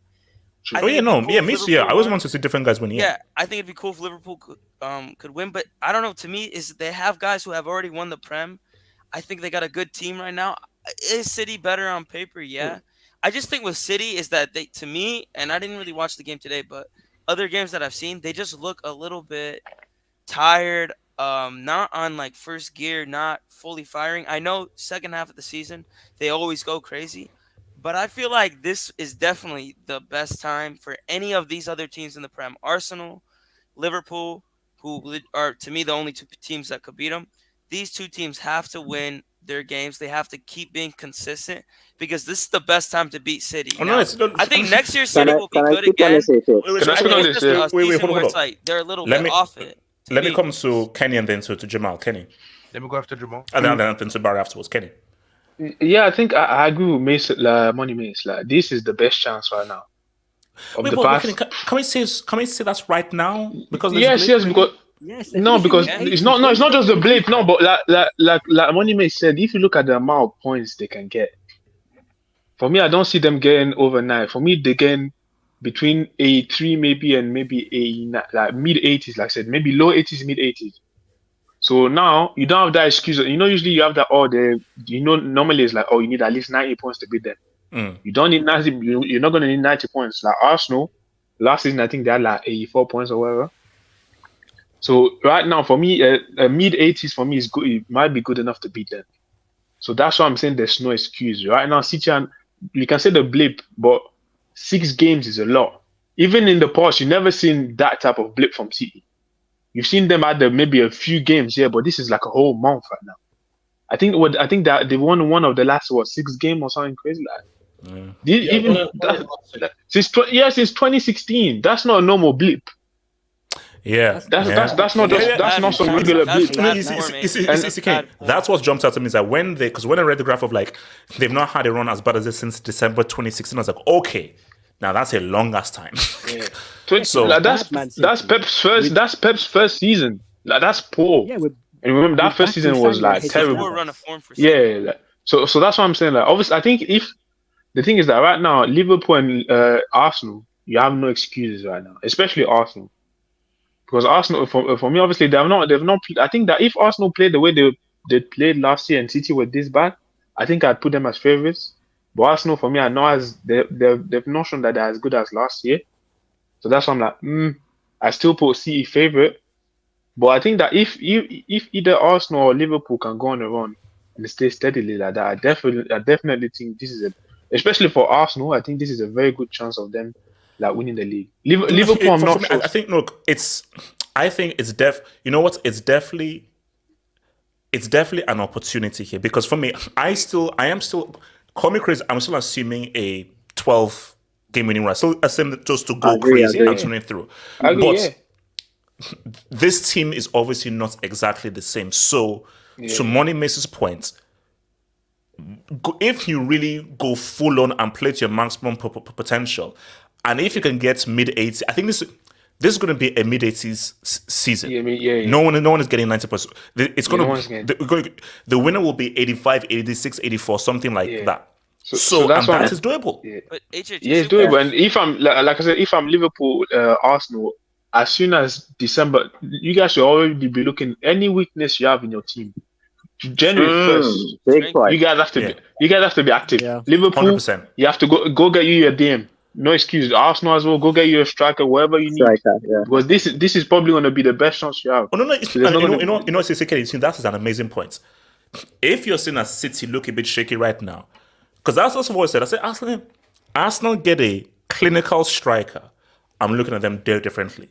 Liverpool gets a quality DM. I'm looking at them differently. So that's good. So let me come to your boy Jamal. Talk to me, Jamal. You know what's funny, Chich? I still think City is going to win this league. But you know, I keep on saying, all the seasons when City started bad, we keep saying, oh, this can be the end for City. City's finished. And they bounce back. Now this year, we're expecting them to bounce back. But can this be the year when they really fall off? That's the only thing I'm thinking about. We don't know. Jamal, I don't know. We don't know.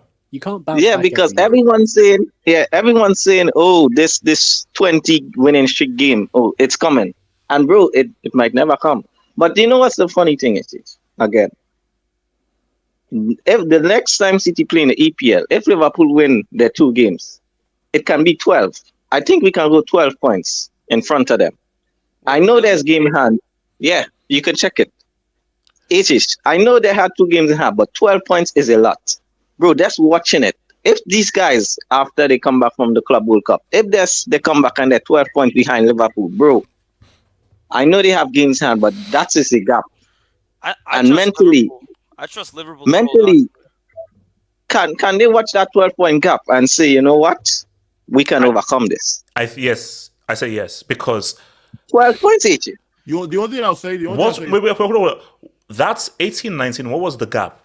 So it was 8.7 points with a game in hand. It was 7 with the game in hand. Okay, and last year wasn't it 10 points last year with games? Yeah, I think they had a couple games. I think they had two games in hand. I think. So because my thing though is that whether it's 12, 13, or 14, when you're all you can do is win games. And this is a team that knows that we can just go on a 10, 12 game winning run. So now it's about dancing. So if you're a team who has experience and you've won 3 in a row, you know that all we can do is winning games. And we know that we can win 10 in a row simply. Actually, so for me, it will not bother them now. It will not bother them now. Yeah, the only thing I will say, I just want to finish my point. The only thing I will say is the season against Arsenal last season, they was playing against a team with no world-class players. I think although we're not the same team, there's still a Van Dijk there. There's still a Salah there. There's still a Alisson there. And these guys are maybe the best in their position because name me a better right winger than Salah. Name me a better goalkeeper. Virgil is still top part. So there's still world-class players here, HH. I know the team is not also Jamal though. In Arsenal, let me even come to Arsenal's defense now. Arsenal may say to themselves, "Oh, blip." We all know how we clowned Arsenal last season. And for those guys that felt the drop but said, "Oh no, we have to right that wrong of last season," because Arsenal believe that we had it and we should have won it. So we even more so now, we're even extra motivated. If we see a little bit of a blip, we have to now be even more extra motivated. So why was Arteta so pissed off with that Newcastle game? Because you know that no, every single point counts. Every single and to beat these kind of guys, every freaking point counts. You cannot afford any slip. More than Liverpool. Wait, hold on. And Barry, let's go home to Barry. Yeah, it's too soon to definitely say, oh, this is the year they fall off, or this is like an amazing opportunity. We're not even halfway yet. But for City, like there's a lot of things that aren't going in their favor. Like losing Gundogan, like I'm happy to have him, so it's benefit for me, but it's a big loss. KDB's injury, Haaland isn't playing necessarily at the level that he was at last season. And it's also a thing where these guys won a three-peat of Premier Leagues and they won a treble last season. So maybe I don't know if you share the same opinion, but you know when you have won so much and eaten that much, there's other teams like Liverpool, they're hungry. Arsenal, they're hungry. So there's that push that they're having currently that maybe can have a little edge over City. But Elijah's right. But Barry, never underestimates the greed of winners. Because see my thing though, because again, you make a very good point. How do you motivate a team who's won everything? But you've got to find a way. So if I'm Pep, I'm like, remember what they said when FS came in here, that this Pep thing. Nobody in this elite league has ever done 4 in a row. The great Fergie, the great United have done 4 in a row. So we've already written history. Let's even further prove that we truly are the best by even 100 points, consecutive wins, goals scored. Let's even do another 4 in a row. Let's keep. So you have to give us new things to motivate them. I don't think the players want it. Even the best get bored of winning, though. Even the best get bored of winning. Bro, Michael Jordan won 3 NBA finals and then went to go play baseball because he was bored. Can you get bored of winning? No, I don't think you can. No, I don't think he's get bored. I don't think he's get bored. But for me, like, I don't think he's get bored. But at some point, like, the message maybe is not the same. The message maybe is your players. Okay. Let me ask you then. Why were you able to do 9 in a row? How do you motivate people to win 9 times in a row? Isn't it fair enough? No, but the thing is that the competition is always different. Yeah. I think that the Bundesliga, like we'll see, other leagues like the competition when Juve did it. At that time, the competition in the league was different. In the Premier League, I think that when you have that one down year, for example, Bayern, if they were in the Premier League and they had that down year, someone is taking that spot. 100%. Whereas, like that's why in the league you can't be having those blips, especially when you have teams like Arsenal now, teams like Liverpool that can get you mid 80s. You can't have that blip. So hold on. Let me ask you guys then. So, do you feel that this group just are not as motivated because they finally won the UCL? I don't think And they're now, not. after finally because wait. Let me just lay it out. So remember how we need the UCL. So as much as they won the league, they knew how this was the holy grail that they were chasing after for so long, and they had so many disappointments. I said, "Oh, you didn't win the UCL." They finally did it. Is it like, oh, I think okay, yes. what Quickly, hold on, Kenny. I think that's part of it, but I don't think it's just the UCL. I just think that the team is not as good as it once was, though. And some of the signings that they've made, they don't have the impact that they expected it. For example, Guardiola that was bought for more than like 90 mil, 100 mil. The guy, speak on him. He's been average. He's been a failure so far. He's been average. All their midfielders, they've been poor. Kovacic, we know he's an injury-prone guy. And then Matheus Nunes, was barely seen him. The guy was at Wolves last year, so they've in some position they've downgraded. And now when you have a De Bruyne injury, you don't have a Gundogan now that can I'm gonna take your spot now. Now when De Bruyne is injured, you have to rely on guys like Kovacic, guy like Rico Lewis. Now the drop off is really that's when you see. Obviously, Man City, they never had the biggest squad there, but they had always like 18, 17 players that were quality players. But now when you have a De Bruyne, now when you go from a Gundogan to like a Kovacic, when you go from a De Bruyne to a Gundogan, cool. But now when you go from a De Bruyne to a Kovacic or Matheus Nunes, now you see the big difference. So now you see that the bench. When you look at Man City's bench, most of the time is young, is kids, and it's guys that they're not that good. Yeah, like, I'm sorry, Rico Lewis is not. It's not good enough to replace a De Bruyne. So maybe if De Bruyne comes back, maybe you know what I'm saying. But that's the thing is like when you have big players like that that get injured. When you have a De Bruyne that get injured, or maybe a Haaland or Foden, now the backup is not as good as it once was. So I think the squad is not as good as well. And HH, to add on this, one very quick thing. Did you know how much goals Gundogan had last season? HH. Well, how many? I think 15. Whoa, HH, wow. between Nunes and Kovacic, how much goals do you think they had last season? 3. 5? 1. Wow. And wait, I'm not done. I'm joking. HH, do you know how much goals Mahrez had last season? 11. 14 in the league. Wow. Do you know how much Doku had last season? 2. 4. So the goals, bro, they're lost in goals. Because we know Kovacic is not a goal scorer. You a Chelsea fan, you know he's a quality player, but he's not a goal scorer. No. So they're lost in goals and crucial goals. So yeah, man, that's one They part. were just like, oh, Haaland's gonna score all our goals this season. And KDB as well. They're missing KDB's goals as well. My biggest thing. Yeah. Can I say something also? F word. The biggest thing for me is the F word, because what do all three in English football history in the modern era, so like 70s below, the biggest issue was the fatigue. Fatigue was the word. Every time you three-peated, on the 4th attempt, there was a drop-off. But I just don't, I know it's there, but I just don't believe City's going to fall off to the point where they're out of it. And then another thing is, are we discounting Villa? Yes. Villa ain't doing nothing. So Marcy, what do you want to say? I think also a big problem is their defense. I know, because let's face it, the defense is what you wins in the league. When their league and goals, they cannot keep a clean sheet. And Diaz doesn't look like solid like he did last season. So I think they have to look at their midfield and their defense first. And the attack is not as important as the defense in the midfield and the title race. So I think that's the biggest problem right now. And I think Samasi, do you know Pep why that's happening? Pep doesn't trust the players he bought. He doesn't fix Kovacic. He doesn't fix Nunes.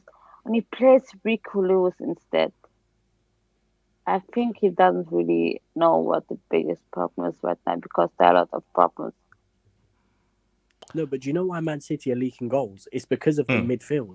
Rodri's defending that area by himself. Man City have never had great one-on-one defenders.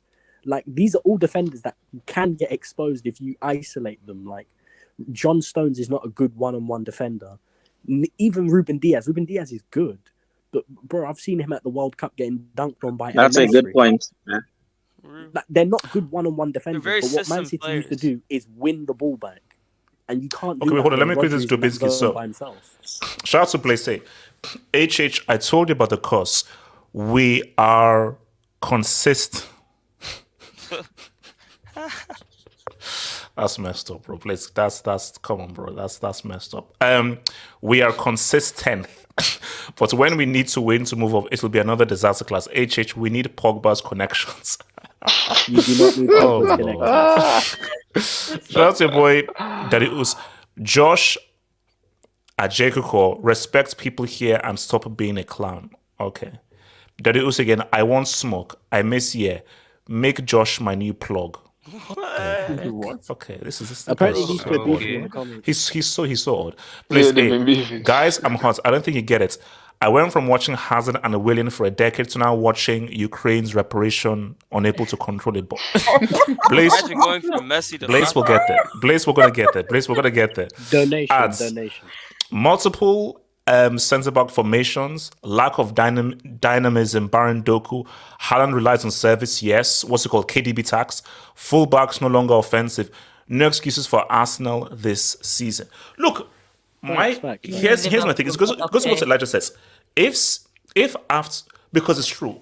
I don't know what Pep is doing. Maybe it's where the reverse psychology. Like, yeah, Pep, you're talking a lot, bro. Like that comment about how Jamie Carragher never won the league. PK United never did four in a row. If Arsenal, Liverpool, and City don't win the league, it's not seen as a failure, but for us, it's seen as a failure because we are so good. It's as if it feels very passive aggressive.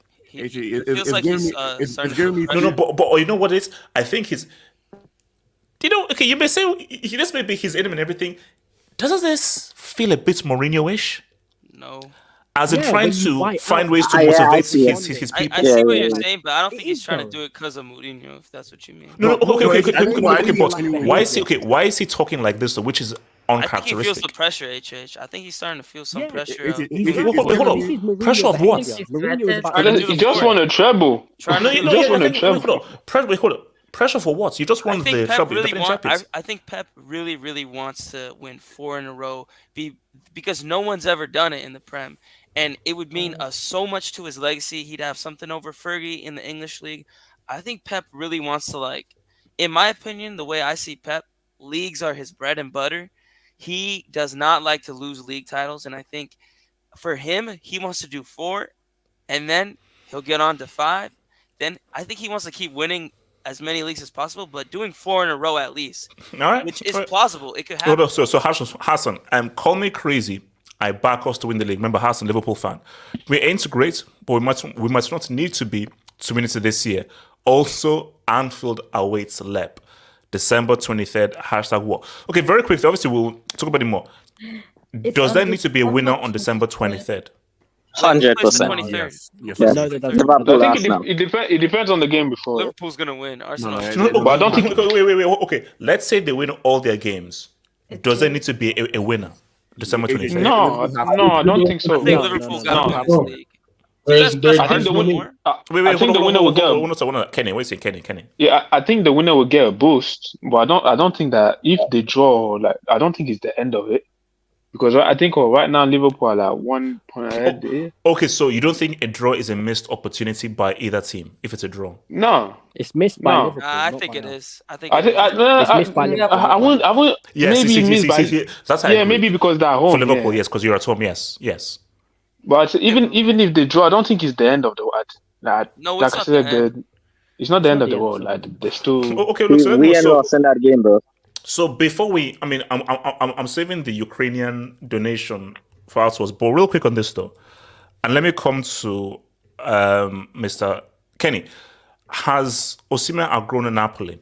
Is it time to do, guys? Go. He probably had He probably had the assist of the season, an outstanding assist. It was a good assist. That It was was an outstanding. assist. It was outstanding. That's an assist. No, that's an assist right there. Okay, so look. He's outgrown this team. He's too big for this team. Like, is it time for him to now leave?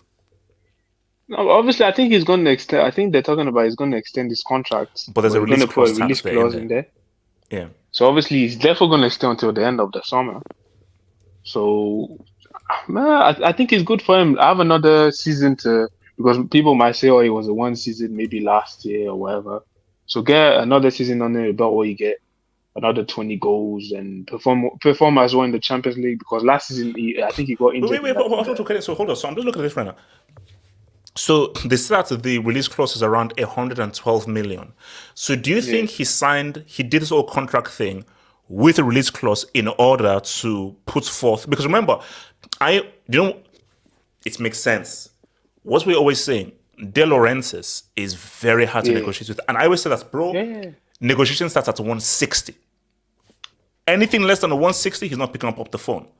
So by him saying that 112, teams can afford 112. Do you think this is in order for him to make a move in the summer? Because hey, 160 is crazy. 112 is possible. Yeah, but I think it's both ways because in the summer it was going to have 1 year left. So at some point, like obviously De Laurentiis can be the best.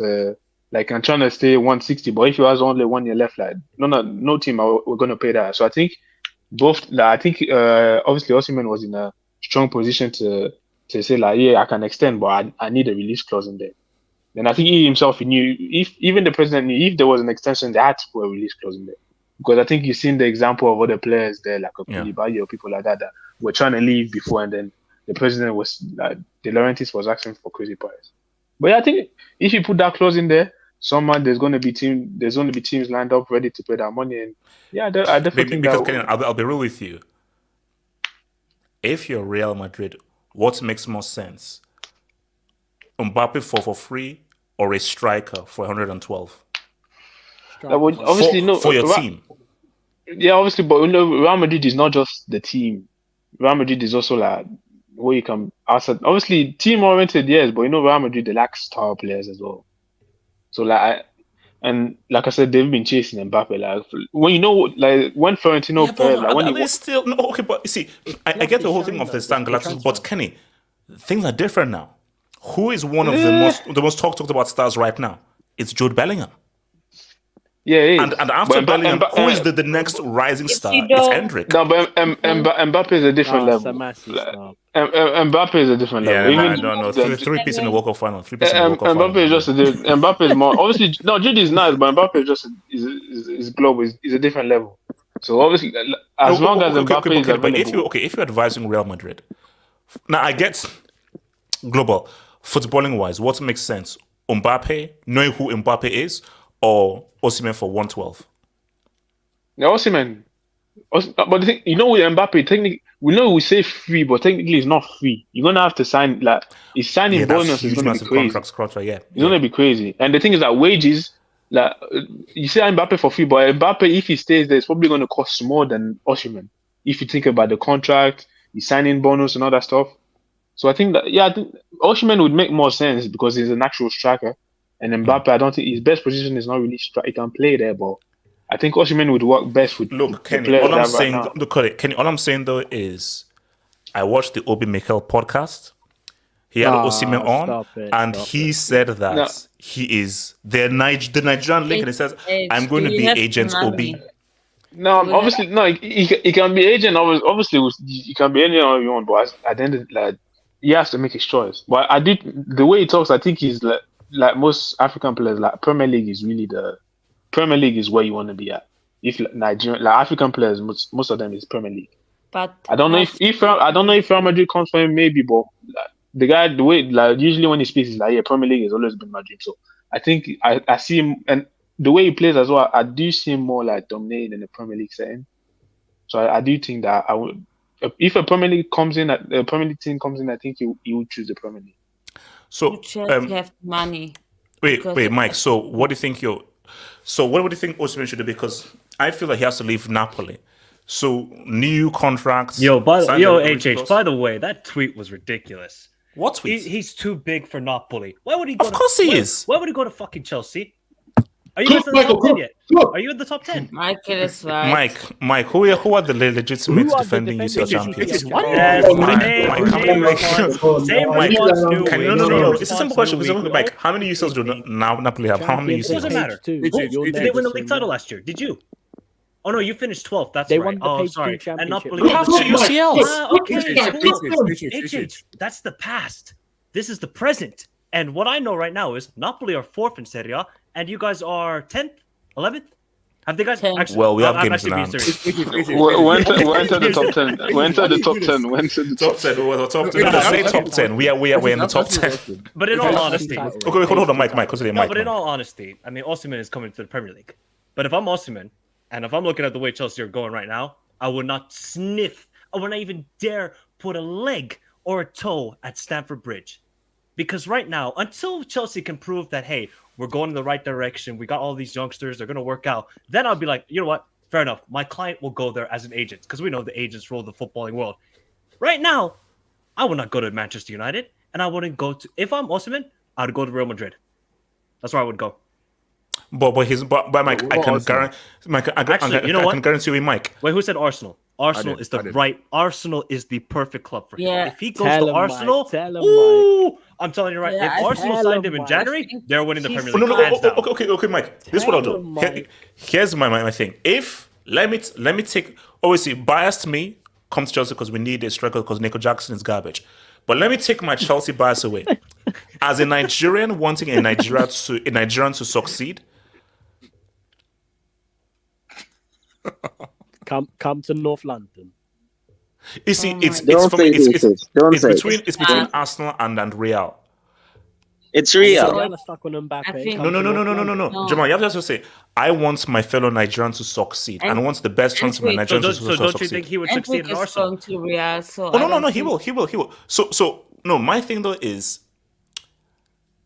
I mean, Arsenal might be the best fit.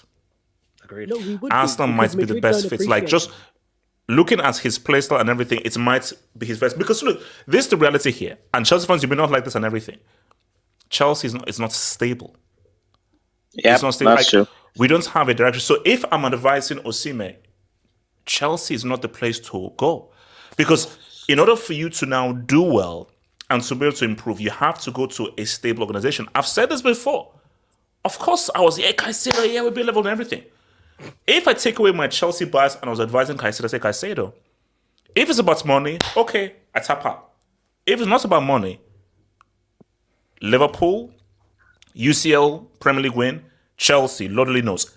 Jurgen Klopp, Pochettino. Jurgen Klopp, Pochettino. I don't know if you saw, there was a video the other day of Klopp. He was there opening the new stand at Anfield, and he was kind of making fun of Caicedo, like, yeah, you kind of chose the wrong club, buddy. Now look at where you're at. But side note. So Miguel, go on. No, I respect Miguel. He's saying, Mike, you're still salty that Caicedo. Yeah. I can tell you right now, Miguel, I am not salty one bit. I'm just telling you, look at all the strikers. If I'm Osimhen, if I looked at all the strikers that Chelsea have had in the past 2 decades, how many of them have worked out? No, but hold on, Mike. Let me give another angle over there. Okay. But then another angle is, there is no angle. No. The other angle is that I'm going to bet on myself. I respect that. I so believe in my abilities. Who cares all these guys that have failed? I believe that, okay, bring on the freaking challenge. I am going to go and I'm going to go in there and to succeed. So the pool of Chelsea is, let's just keep it a stack. Based on the trophies that Chelsea have won and everything, this would feel as a much bigger stage for Osimhen than Arsenal. That's just a fact. You could probably tell me this. Are Chelsea the most favorite club in Nigeria, or is it Arsenal? No, it's Arsenal. No, it's between Arsenal and Man United. Oh, Man United. Okay. Man United is huge. No, but Arsenal is number one. Okay. It's number one. So yeah, it's going to be either one of those clubs, in my opinion. I think he's coming to the Premier League. I don't see him going to the. No. I can guarantee you he's going to the Premier League because Nigerians like to be in London Yeah, and they're in like to be in Premier League, England in yeah. the Premier League. So And he just signed a new contract, so his release costs 140. We know Todd Bowley just gave 700 million to a, a baseball player. Mike, They I'm got- reading. they got the money. I'm reading. They're saying it's 112. Oh, 112. They're saying it's worth around the 112. Hey, if I'm That's Arsenal, according to if the I'm Evening Arsenal, Standard. You So guys got to do that immediately if I'm Arsenal. Do it in January. but- Do it in Josh January. Kroenke, open your checkbook, Josh Kroenke. Open your checkbook. But H, side note, are you going to win the African Cup of Nations? Jamal, let's wait. We're not discussing that right now because Jamal, let's first try and beat Madagascar, bro. Let's try and beat a not cartoon even, film. How about Lesotho? You can't even beat a country that has seawater next to it. I never heard about that. No. But see, my thing here for us, I think, look, I feel that he's giving Napoli everything, bro. Like you gave them a league title. It's got nothing else to prove there. Yeah, there's nothing to prove. So I don't feel like now, because I believe, because what I was saying before they came is that I said that Osimhen is going to be a hand because De Laurentiis is very, very hard to negotiate with, and I thought that it's 160 to even pick up the phone.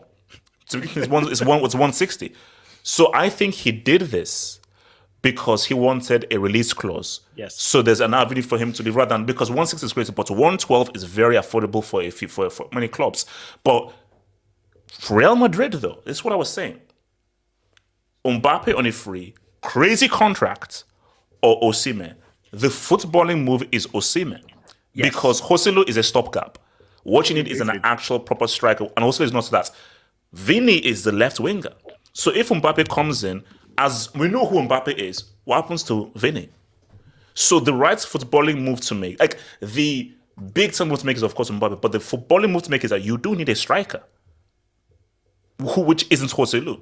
So if you're Real, that's also something you should be looking for as well. But I think that Osimhen, if he's given Premier League or La Liga, he's going to go to the Premier League. But so my thing right now is, and also hold up, is United in the mix or are we disrespecting to the Moose? Nah, they're not in the mix. Okay, yeah. Okay, because no, they already have the Moose. They already have the Moose. They got the Moose. So it's between Arsenal and Chelsea. Look, I'll be with you. I don't know who he chooses. No. It's between Arsenal and Madrid. It's Chelsea. Chelsea are definitely there. Chelsea are the mix. Whether you like to Chelsea in the mix. I honestly, I think Chelsea are the favorites to get him. If I'm going to be honest. Yeah, no, because I agree with that. No. Because the reason why I think Chelsea are strong favorites is because money makes it doesn't matter. They finished mid-table and they still signed Caicedo, Enzo, Lavia, and all these guys. It doesn't matter. Yeah, but and we're going to give him a nice contract. When that contract comes for 200, I don't care. No, but you know the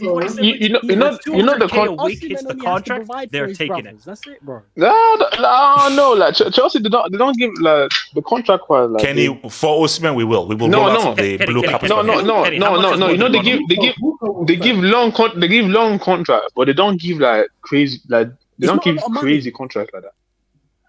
But AJ. Hold on, Jamal. What's saying, Jamal? Yeah. AJ, would it be wise to spend 112 million on one player when you need about 6 or 7? Because that's the thing. No. But Jamal, the key thing is that I'm willing. I know it's crazy because we've spent 200 million on 2 midfielders. Jamal, we need a guy to put the ball in the back of the net, bro. Yeah, you do need a Jamal. Nico Jackson is a the most disgrace to important. football. That's the point. Yeah. I mean, he does. Money miss. Let us cook. Let us He cook. does have 7 goals in the league. You know what I'm saying? Can he stop it? Yeah, but there's certain strikers that. SK, what chance do you think Chelsea have of getting Osimhen then? Honestly speaking. It would definitely have to be if they have any chance. It would definitely have to be in the summer, and I think Chelsea would have to at least have a better second half of the season. Because like if Chelsea are as bad as they were in the first half, then like if I'm Osimhen, hell no, I'm not coming to Chelsea. Why the hell would I do that to myself? Like if Chelsea at least like get like 7th or 8th, like or at least good enough to do that, then I think they might have a better chance. But like as they are right now, I don't think it's that high. Okay, let's say Chelsea finished 6th, and it's between Chelsea and Arsenal. Do you think he chooses Chelsea? Okay, so let's say Arsenal finish 2nd, UCL quarters or UCL semis. Chelsea finished 6th. Who does he choose? I think 6th is a big stretch. I think at that point, I think he'd probably be more prone to choose Arsenal, to be honest. But I think Chelsea would make a bigger attempt to try to reach him.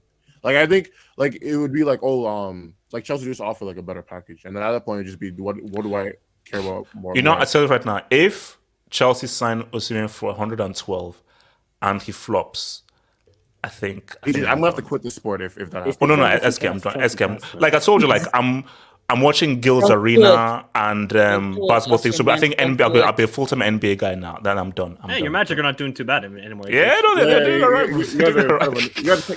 You know, I'm really getting into like whole Gil's Arena and all that kind of stuff, man. But actually, look, let's even come to our other Nigerian. So Gatlock, from a Nigerian point of view, Osimhen, who does he choose?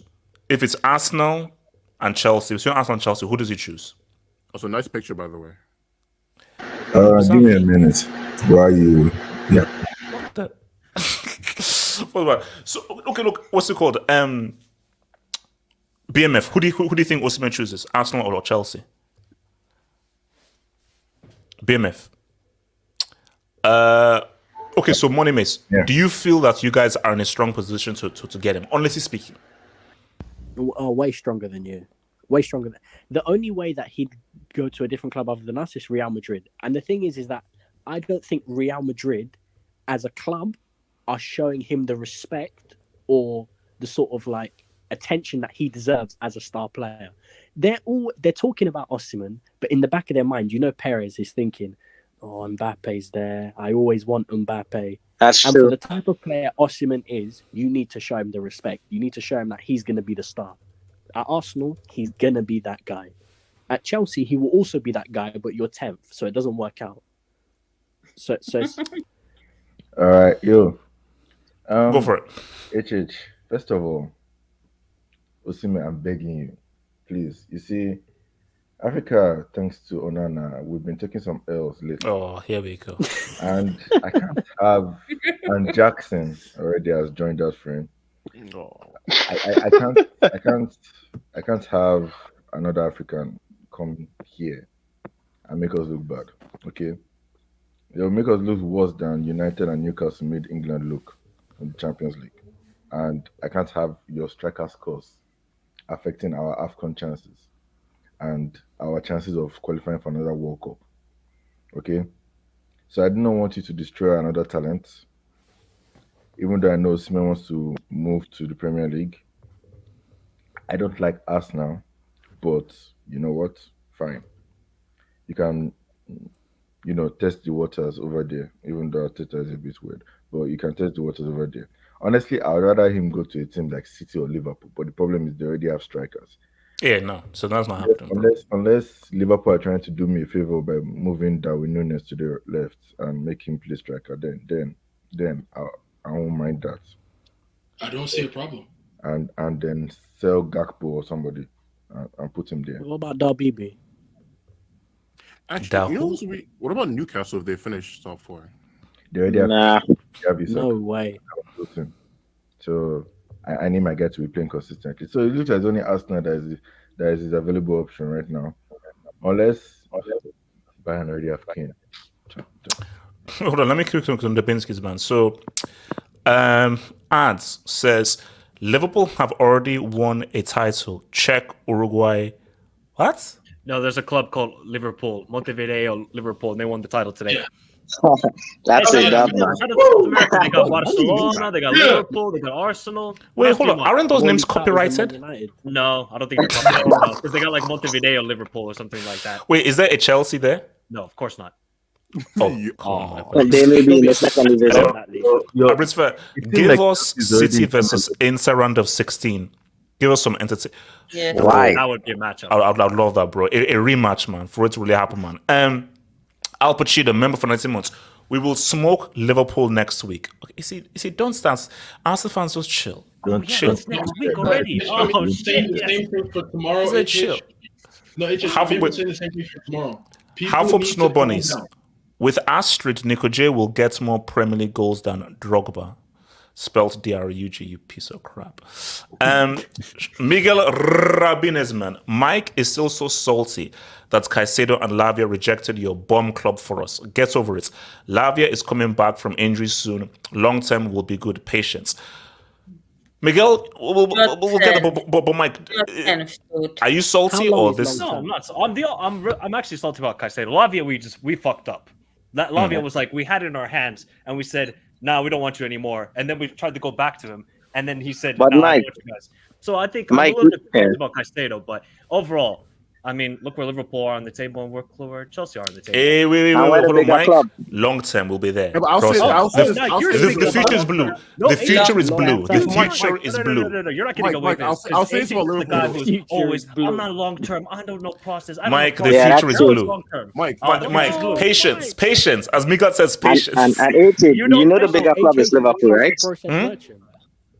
Between Chelsea and Liverpool, who is the bigger club? Speak on Chelsea. Speak on it's Liverpool. If AC Milan weren't broke, wait, hold up. If AC Milan weren't broke, Osimhen with Leao, but AC Milan are broke. But yeah, Osimhen and Leao, that would be they're insane. Not broke. They just don't want to spend money. They're moneyball, those guys now. And also on that, bro, how dare you mistreat a legend like Paolo Maldini like that, bro? That's disgraceful. Okay, guys. SK, you're gonna have to take this one to begin with, bro. All right. All right. Do you know AJ? Wait, no, hold on. SK, no, hold on. I'm not presenting the question yet. Is it a TikTok? Okay, SK, this is very simple. Donation. Do we? Should we have patience with Mikel Mudryk? Yes. I'm not gonna lie to you. Mudryk. Don't lie to me, please. Mudryk might actually be one of the most remedial footballers I think I've ever seen in my entire life. Excuse? Expand. Like, in the sense of he's so brain dead and stupid that it's like you really question like why did you do that? Like you know like you watch like a great player, you're like, wow, how did he do that? How did he think to do that? I think the same thing about like Mudryk, but like in the opposite direction. Like for example, today when I saw him nutmeg a player and then shoot the ball and do a field goal, I'm like, wow, how did he do that? Like, hold on. Do you know the funny thing? So, you know the AFC Ajax like Twitter thing. They basically explain the whole notion. Oh, like Mudryk basically he took a shot that almost went for the corner kick. Then a Chelsea fan responded that, "Oh, but you missed him not making a player." What's the point of not making a player only for your shot to go out to a freaking throw-in? No, who cares about the nutmeg? That shot is a disgrace. That attempt at the shot is a disgrace. But that is Mudryk in a nutshell, where he'll do one little quick thing, but overall it's like, do you have anything else to your game? But SK, here's the thing though. Is it a case of, hey, give it time, he's going to improve? Can you see the raw essentials of a potential quality player? I'll say this. To be more balanced, there is skill-ish there. He just needs to calm the fuck down, to be honest. Excuse my French. He needs to calm down. Like, chill out, bro. Excuse your French. Like, it's a saying. It's a saying. Well, continue. He needs to chill out. Like, this dude plays football like he's an all-out attack all the time. It's like, bro, that's not how this game works. Which you would think he would know, considering he's been doing this for like at least 5 years as a professional. But yeah, for somebody, he plays it like 100-meter sprint. That's what he is. He actually hasn't been doing this for 5 years as a professional. He's been doing this for like 2 years. Splash, that's crazy. Splash, that's crazy. Splash, that's crazy, bro. Splash, that's crazy. Splash, that's crazy. That's crazy. Splash, that's crazy. Okay, I did not know that. But honestly, what you just said actually makes what I see of him make way, way more sense. So who knows? Maybe like by year 3 he'll come good. I don't know. But right now, yeah, he's no, okay, because I still keep seeing fans say, hey, no, this is long term. He's good at. Does he have a high ceiling? What is his ceiling? And how do you even is Marcus Rashford? I'm not gonna lie. His ceiling. You're lying. No. Stop it. That's disrespectful. That's disrespectful. No, you can't say that. That's messed up. Is last year Marcus Rashford under Ollie version of Marcus Rashford. That's his ceiling. No, hold on. SK, so we paid almost 100 mil for a peak Rashford ceiling. SK, you are mad. It was 66. He's never touched that ball in their claws, bro. It was 66. That's what I stick to. I mean, Rashford was compared to Mbappe. So. by Terry Flowers, the only man who did. So there you Ballon go. d'Or Rashford by Yasser Said, by the way. Okay, what's it called? Okay, Kenny, what are you saying about Mudryk, man? I had stocks invested in Mudryk. Stocks are still there. Stocks are still there. There's something there. The stocks that's what you have to buy low. Funny. They said something that. Can you please explain what that something is? Don't just be cryptic. What is that something that's No, there? obviously he has attributes that you can see working. Obviously, he has pace there, and sometimes he dribble past players. Yeah, but the thing is that, like SK said, the IQ is too low, and the IQ is just. Wait, how do you have a guy who your only move is step over and run straight and just cross the ball and that's it? Without no thinking, no thought, just step over, run, cross, sprint, cross. The thing is, like this guy has been a professional for 2 years, and one of those years he was playing in the Ukrainian league. Pandemic football. During war. SK, relax, come on, don't do that. During war. So the thing is, obviously I knew he was gonna be. I knew he was quite raw, but the thing is that his game, like his knowledge, like the way he plays, his IQ during games. Sometimes the decisions he makes is so. It's like, come on. No, just clear. I'll be real with you. This guy plays like he's just come out from 1994 because the way you're playing is that's how wingers played in 1994. Where you just run straight and basically go look at this. There was this guy that United had called Poboski. this guy was like remember this is nice where like remember Barcelona was basically 4-4-2 and your winger was just an orthodox winger and all the winger did was just byline cross, no diagonals, no left to right, no change of movements, just straight cross. He plays as if, bro, this kind of football you're playing went out of fashion 20, 30 years ago. But Kenny, let me be fair here. Are we just seeing the beginnings of something that could be turned into a guy that we can now develop and grow even better? Do you see something there? No, like I said, I still have stocks there, so there's ability there. There's something there that can be used. I think if a manager, you can use, like I said, there's players there that I would give, like Son, the guy is fast. Like you can mold him into different things. I don't know if you can mold him into a dribbling type winger, but with the pace you have, you can therefore mold him into like an inside forward if you can. But the thing is, I don't know if you can. The IQ is so low that I don't know if you can get that better. But there's attributes there. But the thing is that you can go. There's two ways. You can become a. You can become a Adama Traore. Right now. That's what I'm scared of. Can I go on this? Kenny, you have to respond. Kenny, you have to respond. Can I go on this? Hold on. Kenny, you have to respond. Kenny, you have to respond. Kenny, you have to respond. I don't know what he's talking about. I don't know about that. Oh my god! No. It's such a scam, man. No, but the thing you see, the thing with players. Kenny, respond. Do you still believe in Dogecoin and NFTs? I never believed in the first place, especially NFT. NFT. That's like Kenny, you invested in one of these things. No, I never did. NFT.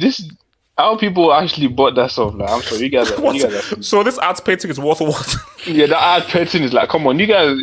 If you invested in that, you deserve to get scammed. If you believe that stuff was actually gonna, hey guys, make buy more my money. NFT.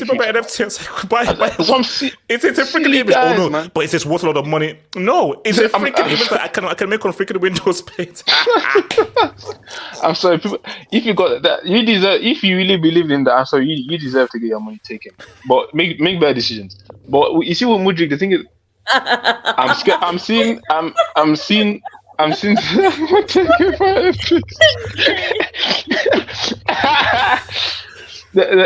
thing with Mudryk is that the progression I want to see is in his decision making, and I'm not saying that. What I'm seeing right now is a white Adama Traore, and I'm scared. You can't do that. But he's worse than Adama Traore. I'm scared, and honestly, actually, sometimes his first touch today. His first touch. It's Kenny. It's like, I mean, Because Chelsea fans keep saying that no, there's talent there, there's something there. I don't see what's the okay. I don't see it. You know what I want to know? What do you want to know? What did Mudryk do to never get a game? What did he? You know how bad you have to be in training to never be able to start over. Injured. But Mudryk, and obviously he went to the he got caught in he got caught outside as well. Black to Kota. He got caught in the club and all that. But I think it's true. I didn't know that because I do have to be something. No, he didn't. He did. That's why he got. Okay. So Gatlock, what are you saying about Mudryk? Gatlock. Kenny. On Mudryk, yeah. Obviously, I'm not comparing them. I'm just saying Vinicius Junior at the beginning.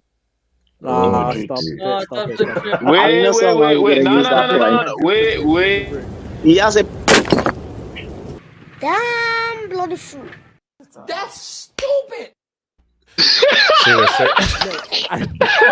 No. Vinicius, wait. Vinicius Junior. Wait. No, I'm not saying it's comparable. All I'm saying is that the way people were speaking about Vinicius Junior, I saw. Didn't you put him some brick? I don't know what type of academy. Kenny. Not this bad. Kenny.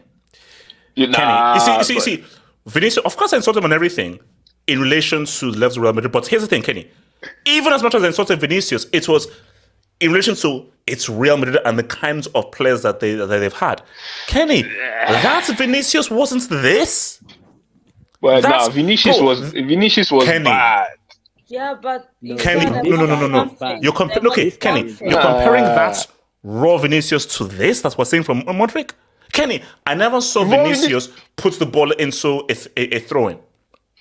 Through a shot. Not throwing, but if you type in Vinicius like some his bloops around Madrid at the beginning, some of that stuff was bad. It was terrible. Yeah, but Kenny. No, but Kenny. But the thing I would say is not. I'm not saying that it's going to be. I'm not saying. No, that's not. I'm not saying that. And technically, Vinny was better than him. I'm just saying that the confidence. If you watch some of his game, I know what you're trying to say. Yeah, the thing is, he might not. He's not going to be the player Vinny is right now. Or we don't know. Can I speak on the city? I'm just saying a bad beginning doesn't mean that it's gonna. Okay, let me come to Gatlock and then to Jamal. Gatlock. Can I speak after Jamal? Yeah, sure. Gatlock, go for it.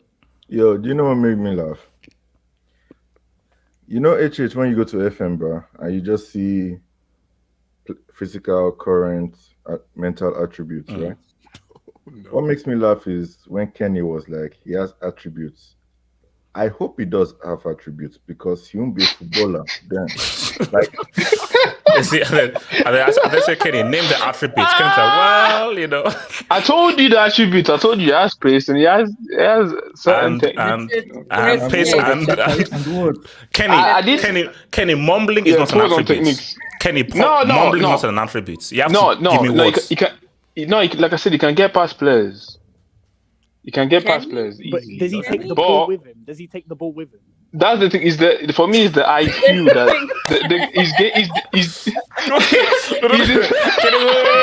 Kenny, hold on.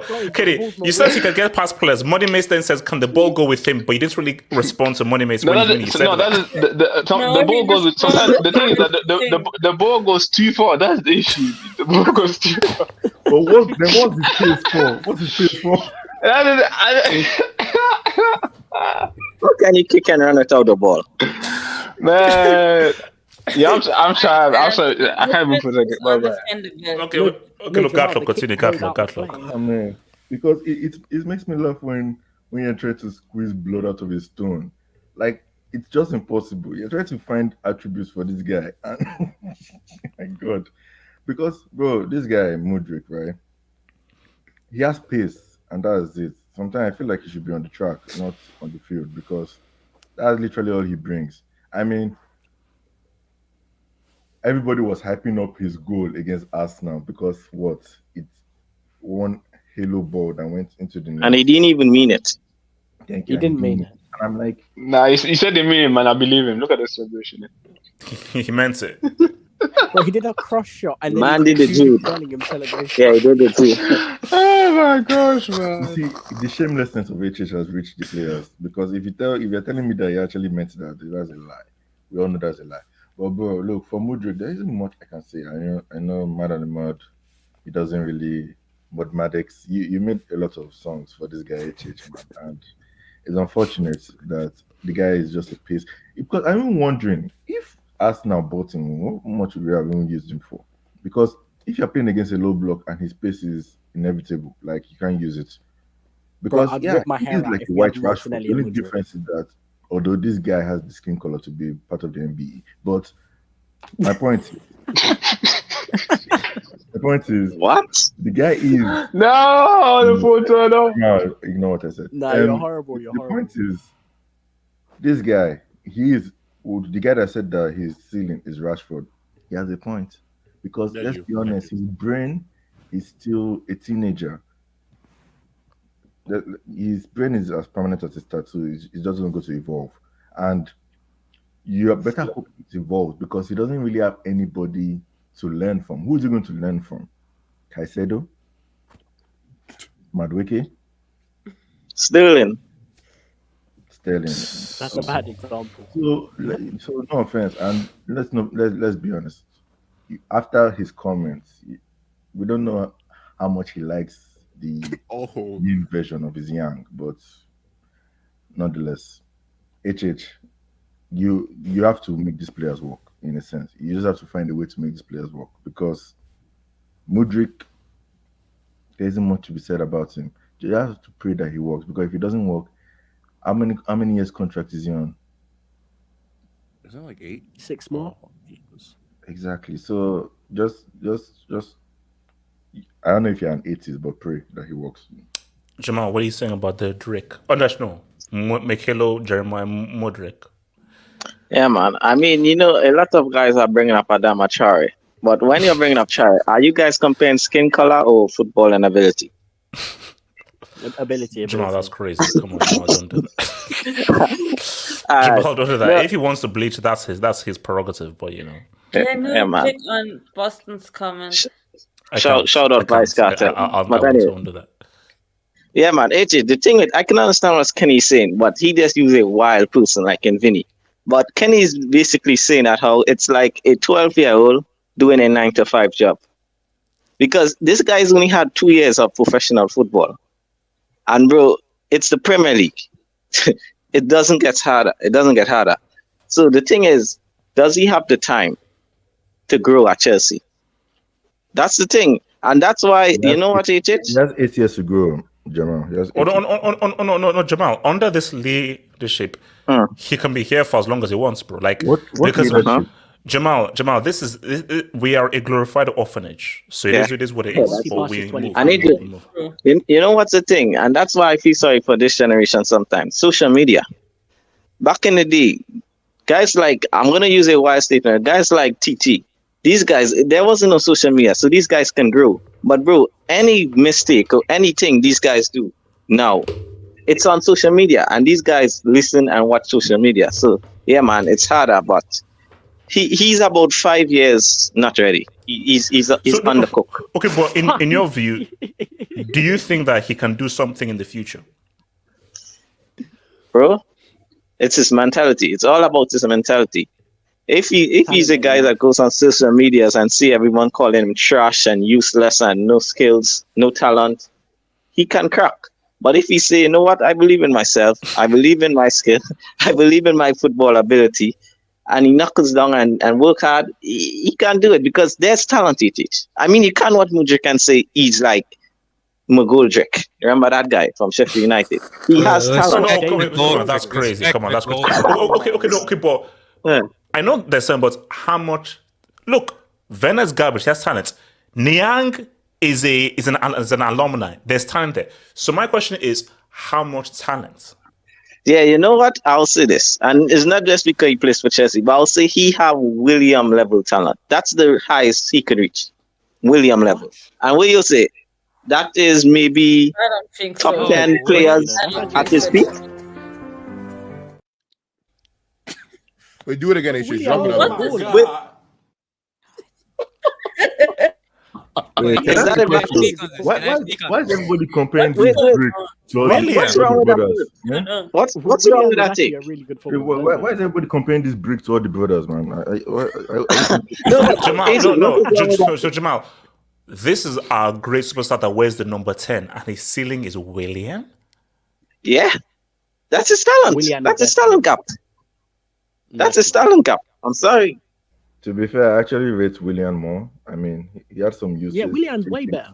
I'm not gonna lie to you. I'm not gonna lie to you. If his name was Makinde instead of Mudryk, I don't even want to imagine what people will be saying about him. Hey, can I speak on this? That's true. AK, go for it. AK, go for it. I don't think Yes. there's a big coincidence when the word brick rhymes with Mudryk. Hey. There's no coincidence. Like, Wait, but AK, I've been told by Chelsea fans that patience, 7-year contract, Wait, give you it just time. wait. You just said have patience, Michael. Oh dear lord, I'm losing brain cells here. The guy is a professional chameleon. Sorry, okay, go ahead. Right now, man. yeah, I think we have to It's draw a a walking, distinction talking between like contradiction. we have to draw a distinction between certain wingers and Mudryk because I've seen Adama Traore comparisons, I've seen Niang comparisons. The thing with those guys is that you got scared when they started running at you. They did something with the ball. They were at least a threat. This guy's not a threat. This guy just runs and forgets the ball. Today, I saw him do a step over. I saw him try to do a step over. He left the ball. It was a leftover, not a step over. I mean, Lukaku. I'll be real, he looks like the guy who'd probably go on loan to like Fenerbahce next season. Like, you know how they said Anthony would go on loan to Sao Paulo from United? This guy might go back on loan to Shakhtar. Because So AJ, let's ask you the question. What's your talent gap for this guy? You're asking us. Let me ask you. No, it's not Hazard. He wouldn't there. He wouldn't there. I plead the sixth. AK, No. continue. Yeah, Jamal. After that Liverpool game when he made his debut. Speak on that. I remember that. AK, continue. AK. Yeah, I mean, that shit is crazy. this conversation about talent. Let's be real. Siri, shut up. Sorry. Every AK, continue. footballer who makes it pro has talent. Like, let's be real. If every footballer who makes it pro has Not some everybody, level bro. of talent, No. Jamal, Lukaku does not if have you make it pro, you have to have some talent. If you exactly. If you play you can still be trash, but to make it in the Premier League, you have some talent. Basically, guys like us, we have no freaking talent. Hence why we're not anywhere near there. Yeah. If you're in the Premier League, your talent level may be low, but you have some talent, more so than 99.9% of the rest of the world population. He plays in the UCL, so he must have some sort of talent. But that doesn't mean that this guy is going to be something big. Like, I mean, it depends a lot on his brain. His footballing brain, let's be real, is a toddler. He's a toddler footballing-wise. He's 22 years, but he's a toddler. So, for me, HH, you funded the war in Ukraine. You gave 100 million to the war in Ukraine. And in return, you got a missile launcher. So, okay. Oh, nah, that's it. Moneymace and then to Mike. Moneymace. HH, could you pull up my AVI, please? Okay, let's hope this doesn't get me cancelled. No, it's not. It's not. Oh, wow. Can I just say, he did this at the point he had no Premier League goals. Also, can I also add as well, like, who gave him the number 10 jersey? Do you know Hazard wore that jersey? Your club. Your club gave him the number 10. HH, can I Wait. Moneymace, don't you dare throw any shade. Who wears your number 14 jersey? Silence. Continue. Listen, we're not talking about 14. We're not talking about 14.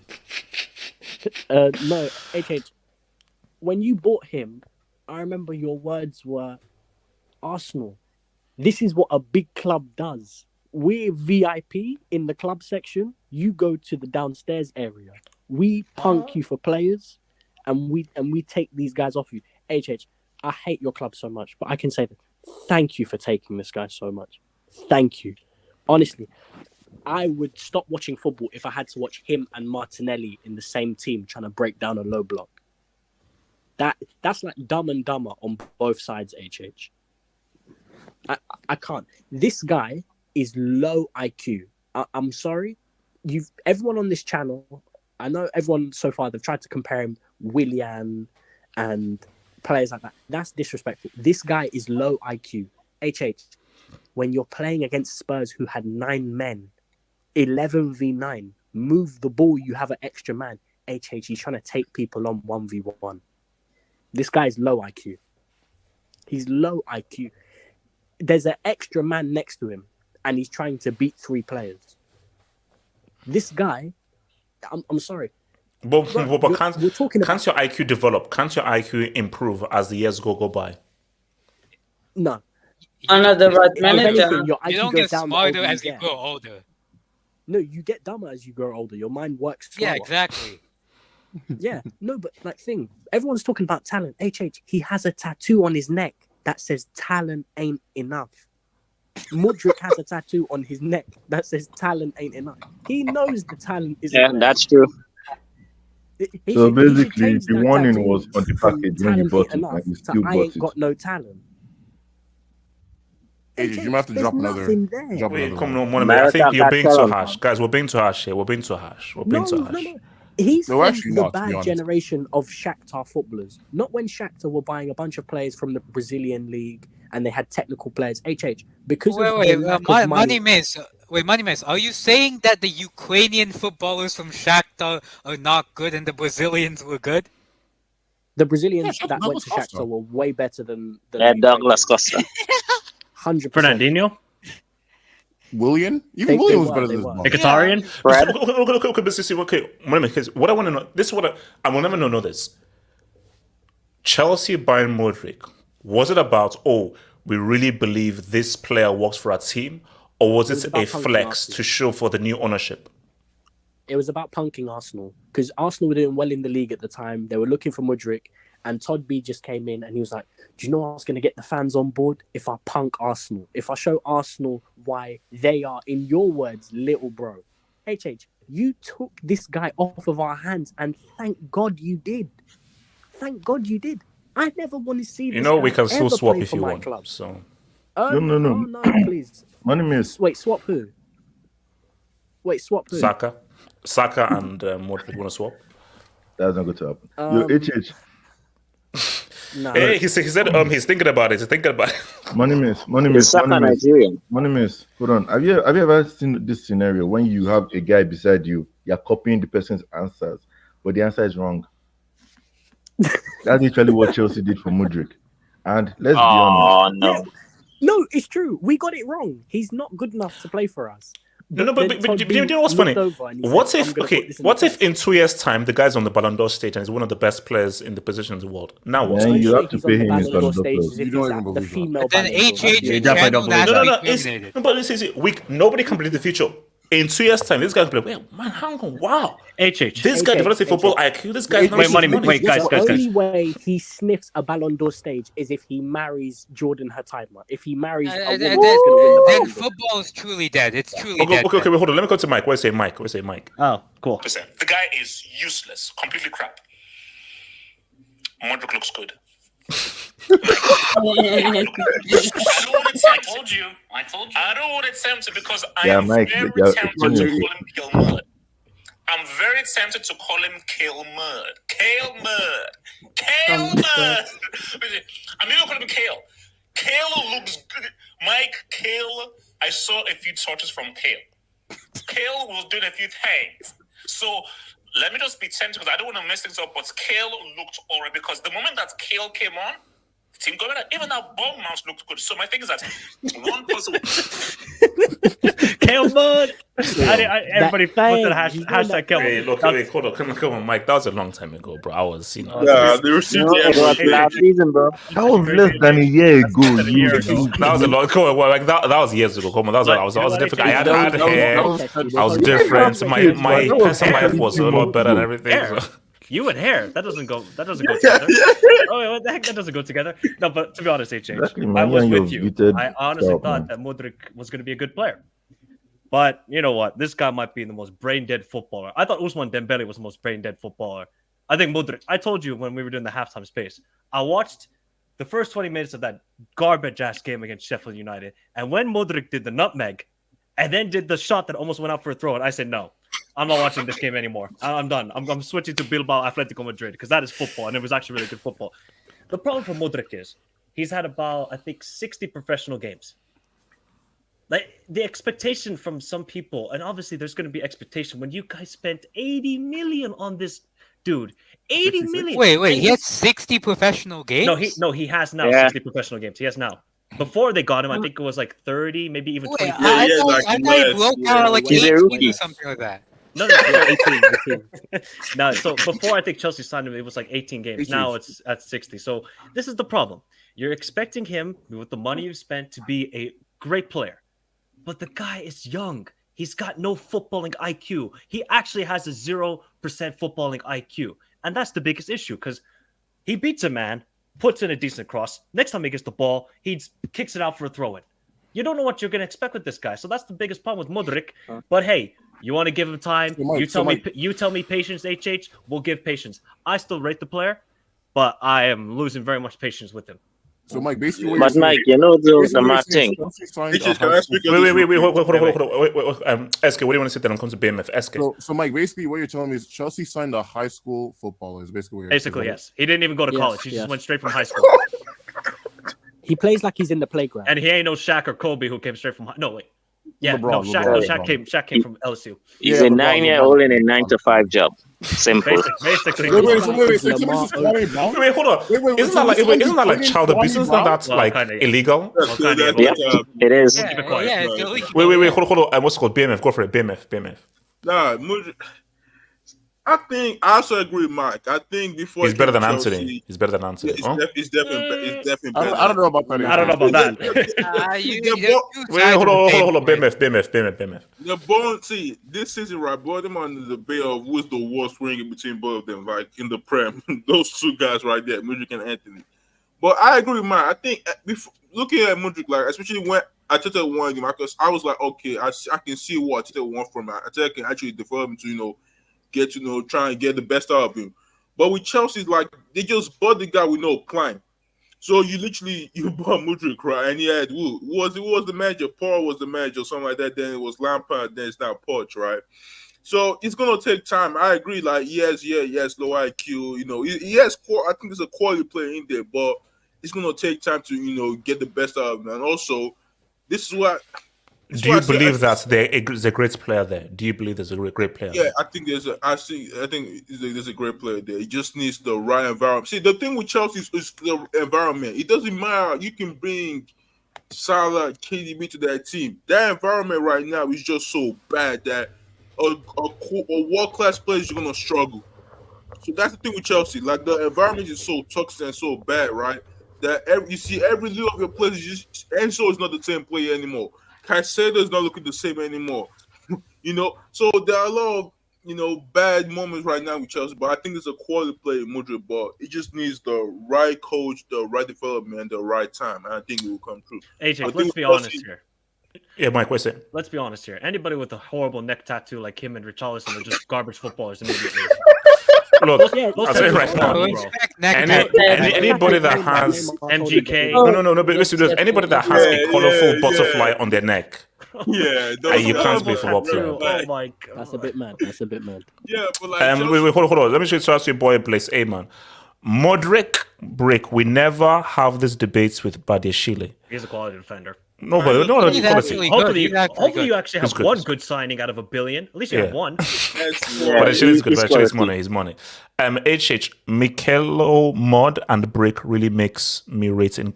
No, stop it. Nketiah is trash. No, Nketiah is better than him. Nketiah is better than him. He's better than him. Yeah, he's better than him. Yeah, 100%. Not by much. Oh yeah, he is. Not by much. But not by a lot, bro. Not by a lot.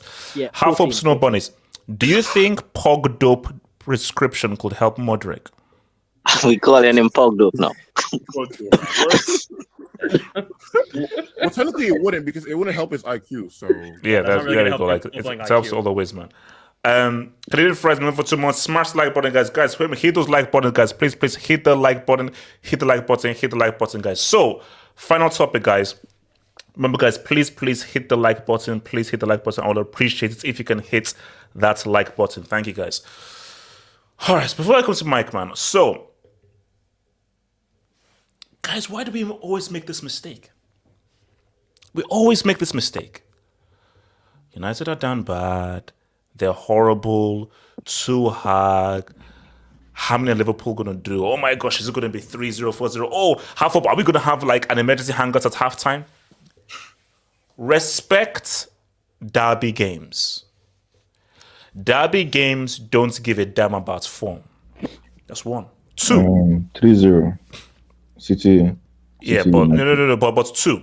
That's the only top 6 game that City won. Okay, but beyond that though, is whenever there's this whole push of like, oh, it's gonna be, the opposite happens. Now, I expect Liverpool to win. Liverpool are the favourites. United are going in there as underdogs. But I do not see Liverpool thrashing United. I don't see that happening. Can I ask you a question? When was the last time United went to United Liverpool game as a favourite? Oh, when's the last time they scored? Had to be under Fergie. Yeah, longer time When ago. did they last score a goal at Anfield? I mean, hold on. So my thing here is this is that look. This is a game where Liverpool should win. But you have to be wary because this is dangerous for Liverpool because United are bad. And we know how bad they looked against Bournemouth. And of course, we now saw them against Burnley. So this is a team that is really at the very bottom and they're facing, on form, the best team. I don't know. I just have a feeling that it is not going to go exactly to script. If Liverpool do win, it's not going to be like a 6-1-7. Like, no, stop it. 2-1. And I think it is because it's a derby game. There's a rivalry there. And based off of how bad United have been. So United's mindset is that, bro, if we play like how we've been playing, especially against if you play like how we played against Bournemouth, well, this would be embarrassing. And we shouldn't cannot embarrass ourselves across this game. So I don't know. I'm just feeling something tricky. And also, even more so, it's okay because tomorrow's going to be very key because it's the Arsenal game. And it's also that Liverpool game because of what happened to Man City as well. So forget about this being a derby game. It is actually very important in terms of the title race for Liverpool to win. So, Mike, how are you feeling about this game? United's form, derby game, but specifically the City dropping points. Where's your mind at? You know, Man United have scored 2 goals at Anfield since 2015. You're lying. 2 goals. You're lying. It's true. It's Liverpool true. have scored like 18 or 20 goals in that time. So Jesus. Jesus wept. Jesus wept. So, continue. you know, remember last season when this game happened in March? Majority of people went with Man United win. They were in good form. RDS was having 9 United players in the combined Here comes 11. the flex. Here comes the flex. No. But this is what I'm going to go to. Now the roles have reversed. Liverpool are the heavy favorites. United are in freaking chaos, and we don't even know what their starting 11 is going to be because Maguire's injured. Bruno got suspended because he wants to chicken out. Shaw got injured. I have no clue what the starting 11 for United is going to be, but maybe that plays into their hands that they could be a bit more defensive. Because I'll say this, and maybe Jamal and Elijah can talk about it. Liverpool have not played well since the international break. I think we've actually been terrible. There's not been fluidity with our attack. Our attack looks, there's no creativity. They just look all Darwin has been terrible since when he was on form with Uruguay. I was like, maybe this is time for Darwizzi.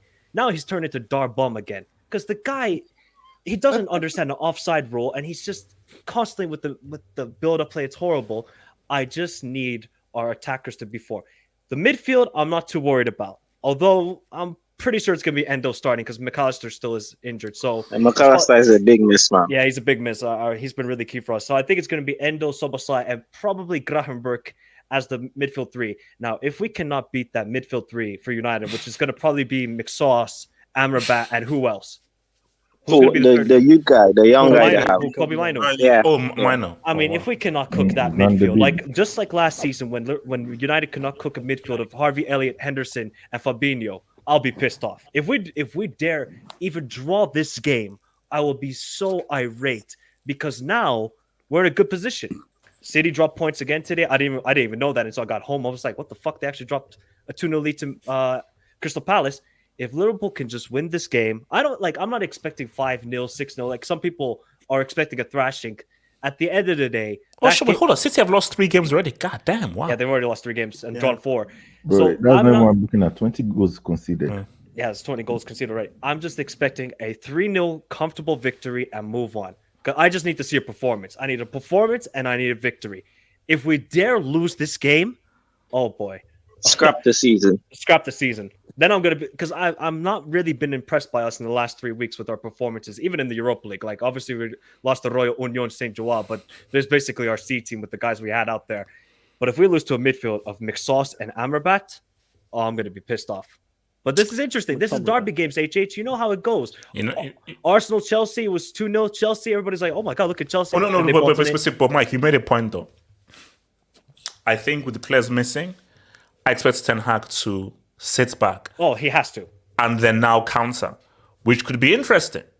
Because, see, if I dare Ten Hag to go toe-to-toe, I dare him to. He'd be stupid. Who's he going to counter with? Gatlock. Who's he going to keep possession with? No, wait, hold on. Who's he going to do anything with? Gatlock, go. You say he's going to go toe-to-toe. With who? He's probably going to go man-to-man. You know how he is. Gatlock, I don't care how he is. You're going toe-to-toe with whom at Anfield? It hasn't stopped him before. Isn't it? Isn't this guy that said that 11 and he got spanked 7-0? If he goes hold on. Let me hear from Beme. So Beme, from a United point of view, Beme, what are you saying? So the injuries things. How do you think you guys are going to set up and approach the game? The Liverpool game, Liverpool are definitely favorites for this game. Like I already said, I expect us to lose 2-0 or 3-0. I don't see a 5-0, 6-0, 7-0 loss that people expecting. I think it's I think we're gonna see back in counter attack this time around. I think the guy, Tang's already speaking about Rashford, probably starting this game. Luke Shaw, they said he's training well. I expect Luke Shaw to start. I expect Rashford to start. I expect Maguire maybe or Varane, one of those two to start. But the midfield is where it becomes tricky because there's no Bruno and there's no Mount and there's no Eriksen. So especially guys that can play your number 10.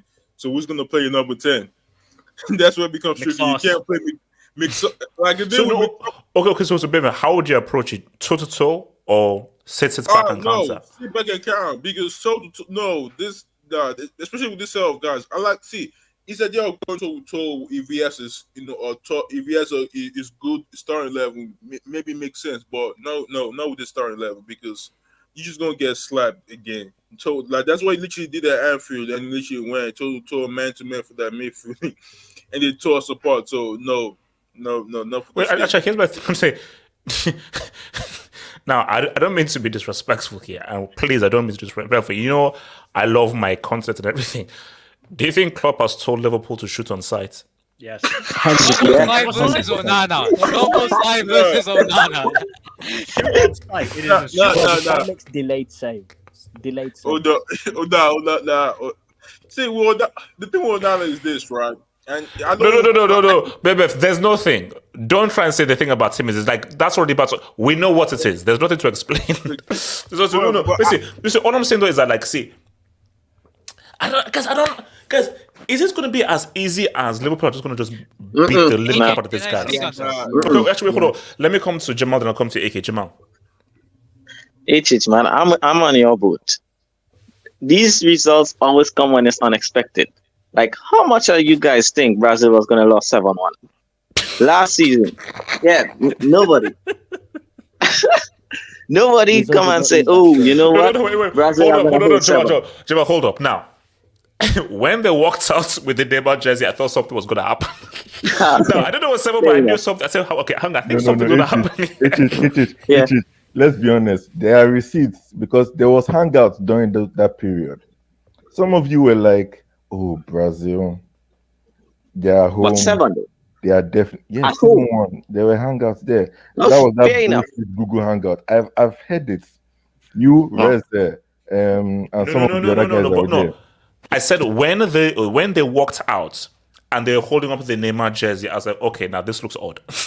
Now, I didn't think it was 7, but I said, okay, that's not how you come out to a World Cup semi-final against freaking Germany. Pick Germany, not Rem Napoli. Germany will continue. Yeah, even last season, I thought we was going to lose that game. And we end up winning 7-0. So Liverpool fans, we already have our 7-0. Why you guys want more? We already have that result. That result is going to be there for how many years? So guys, we need to do business. We just need to get the 3 points and let's leave Anfield. But HH, I don't know if you know they're going to be the most fun Anfield ever had. You do know that, right? Since the 60s, I think. Yeah. Because our new stand. Wait, hold on. How come? What do you mean? We got more the new stand. New stand, yeah. Yeah. Oh, cool. Wow. Okay. It's not fully open, but it's half open. But McAllister is a big miss, man, because he's our controller in that midfield. Without McAllister, I don't think the midfield we have control, because we have plenty tense attacking midfielders, but we don't have control when McAllister is not playing, man. So that's the only worry I have. But I still think it's gonna be 2-1 or 3-1. Yeah, I still think we're gonna win. Elijah, what are you saying, bro? And then I'll come to AK. Just pull on my AVI, please. Oh, you guys, shout to Shaq, man. You can't fool me. I'm familiar with your game. I know what this baby so. Okay. Hold on. What expert this is Elijah? I know what Ten Hag's trying to do. It's going to be low block. It's going to be hard to break down. Nunes is going to try to shoot on sight. It's going to end up in row 127 somewhere. But I've been trying to tell people. I was like, yeah, I believe we'll beat them. But we won 5, 6, 7, 8. I'm hearing some people saying it's going to be 12. Relax. I'm okay with 1-0 and leaving. Yep. 3 points is 3 points. 3 points is 3 points. It doesn't matter because, I think what people are thinking that abnormal results like last year's happen consistently often. Even the 5-0 from a couple years ago, or even the 4-0 after that, for that to even happen was this is not real. This doesn't make sense. You don't see this, I'm not going to give a score. Because I know how that works. I did that before and it didn't work for me, so I'm not going to say a score, but I just want a W. I'm just going to go with what Michael says. We want a performance and we want a W. And Darbibi, please, Darbibi, please, Darbibi, I'm begging you. Darbibi is crazy. Begging you, bro. One more time. Just dunk on them again. That's all I want. But outside of that, Elijah and Jamal, do you guys think we've actually performed well since the international break? Because I think everybody can just see Liverpool, they're top of the table. They've won 3 straight games in the Premier League. We have not played well at all. We haven't played well. No. But Mike, here's what I say. Now, you have to understand. So, a mark of a champion is, can you win while not playing well? Which is true. Exactly. But you can't keep doing that for a long period of time. Keep doing this. So the fact is that, wow, we now know how to grind down results and not play well. But you can't do this for 10, 12, 13, 14 games. So eventually, good, you've got the points. Eventually now have to come good and now start finding your groove. Do you know that we have 14 goals past the 70th minute this season in the Premier League? 14 goals. Yeah, that's not sustainable. That's not sustainable. We gotta just destroy teams immediately. We keep grinding it out. Rewatch the Palace game, honestly, and just see how bad we were. I think we were terrible. I was surprised we managed to get 2 goals. I legitimately believe what's his face? Harvey Elliott's game winner was luck. We should have drawn that game. So wait, actually, but just really brief before I come to AK then to Gatlock, just really quickly to Mike, Elijah, and Jamal. Do you generally believe that you can win the league this year? Who's going first? I don't think so, to be honest. I know we're top of the table, but we have not played well. If we're going to go this entire season without a DM and thinking to ourselves, we could play Endo and McAllister there, I don't think we can win it. Yeah. I just don't think we have the defensive cover. We're giving up way too many chances. And you guys can tell, when Alisson is out of this team, oh boy, this team does not look that good defensively. Wait, hold on. Wait, there's no love for Keller here. I mean, Keller hurt deep. Well, he did win a cup against Chelsea. Only in the cups. I was saying we can even try Peter Luga in the League Cup, but I didn't want to get stoned. So easy. Wait, hold on. Ask me after the Arsenal game. You don't want to run back Karius. Oh, after Arsenal. Oh, actually, no. See, that's why for me, you know what I want. Just in terms of just thinking, Liverpool and Arsenal win your games. Then let's see what happens on December 23rd. That's already next weekend. Because I do believe that if you win your games and then there's a winner on December 23rd, that could be a very interesting statement. Because I think everyone is assuming that game is going to be a draw. They both cancel each other out. Both quite so they cancel each other out. So, but if there is a winner, I think that's quite. Even if it's Liverpool at home, I think if we have a winner there, I think that could be pivotal. And what's it called? So Jamal, you're saying you want to wait until after the Arsenal game? Yeah, I need to see, and this game as well. But I wanted to say one thing. Salah is going to score tomorrow because Man United want Arabic owners. He's their owner. So I think in the last 5 games, Salah scored literally 12 goals. He always eats against Manchester United. Wait, always 12 goals? Oh my god. Yeah. What's called? 8 games. AK, talk to me, bro. AK.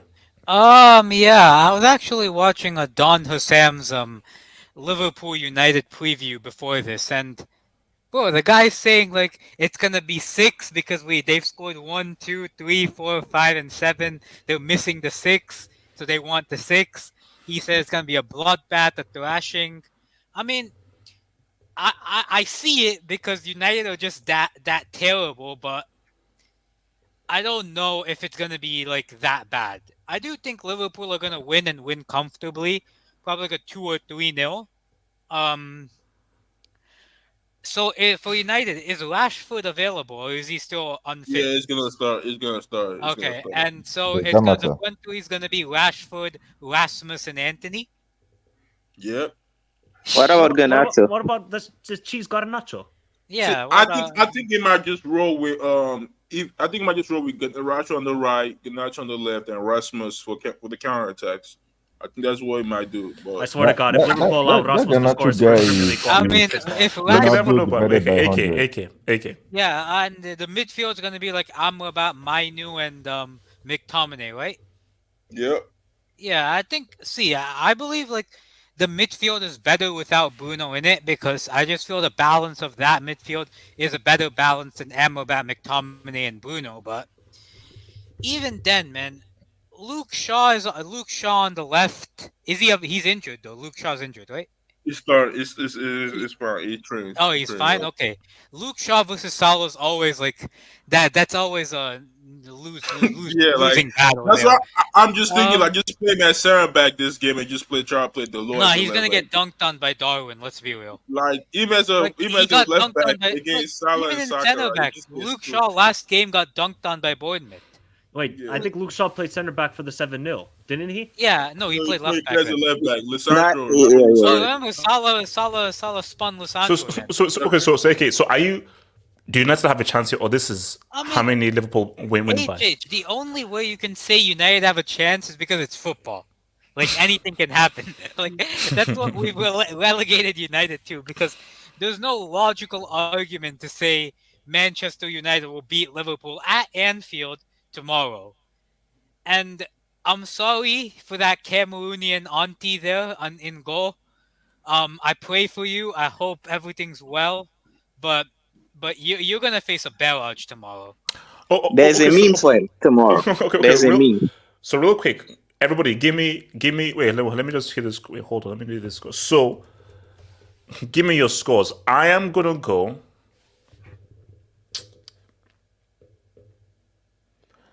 If you say 1-1.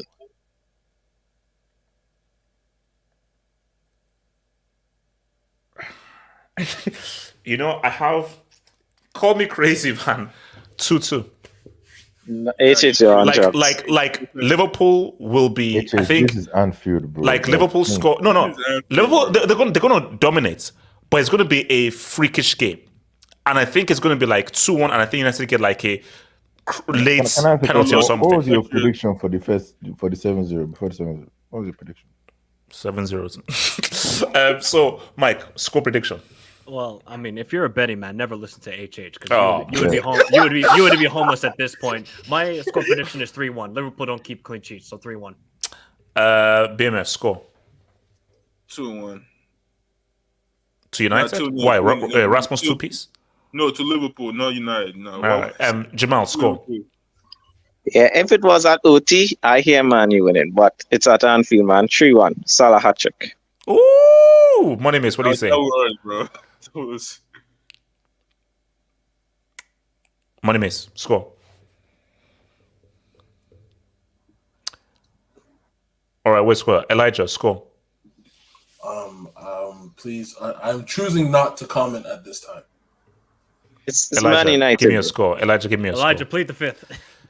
I'm so serious. I'm trying not. I'm using the same. If I try again, bro, you say you. All right, okay. What's the score? The AK score. I'll say 3-0 Liverpool. You're lying. 3-0. Yeah. Yeah. Wait, HH, you got there's 2 shows on Sunday, right?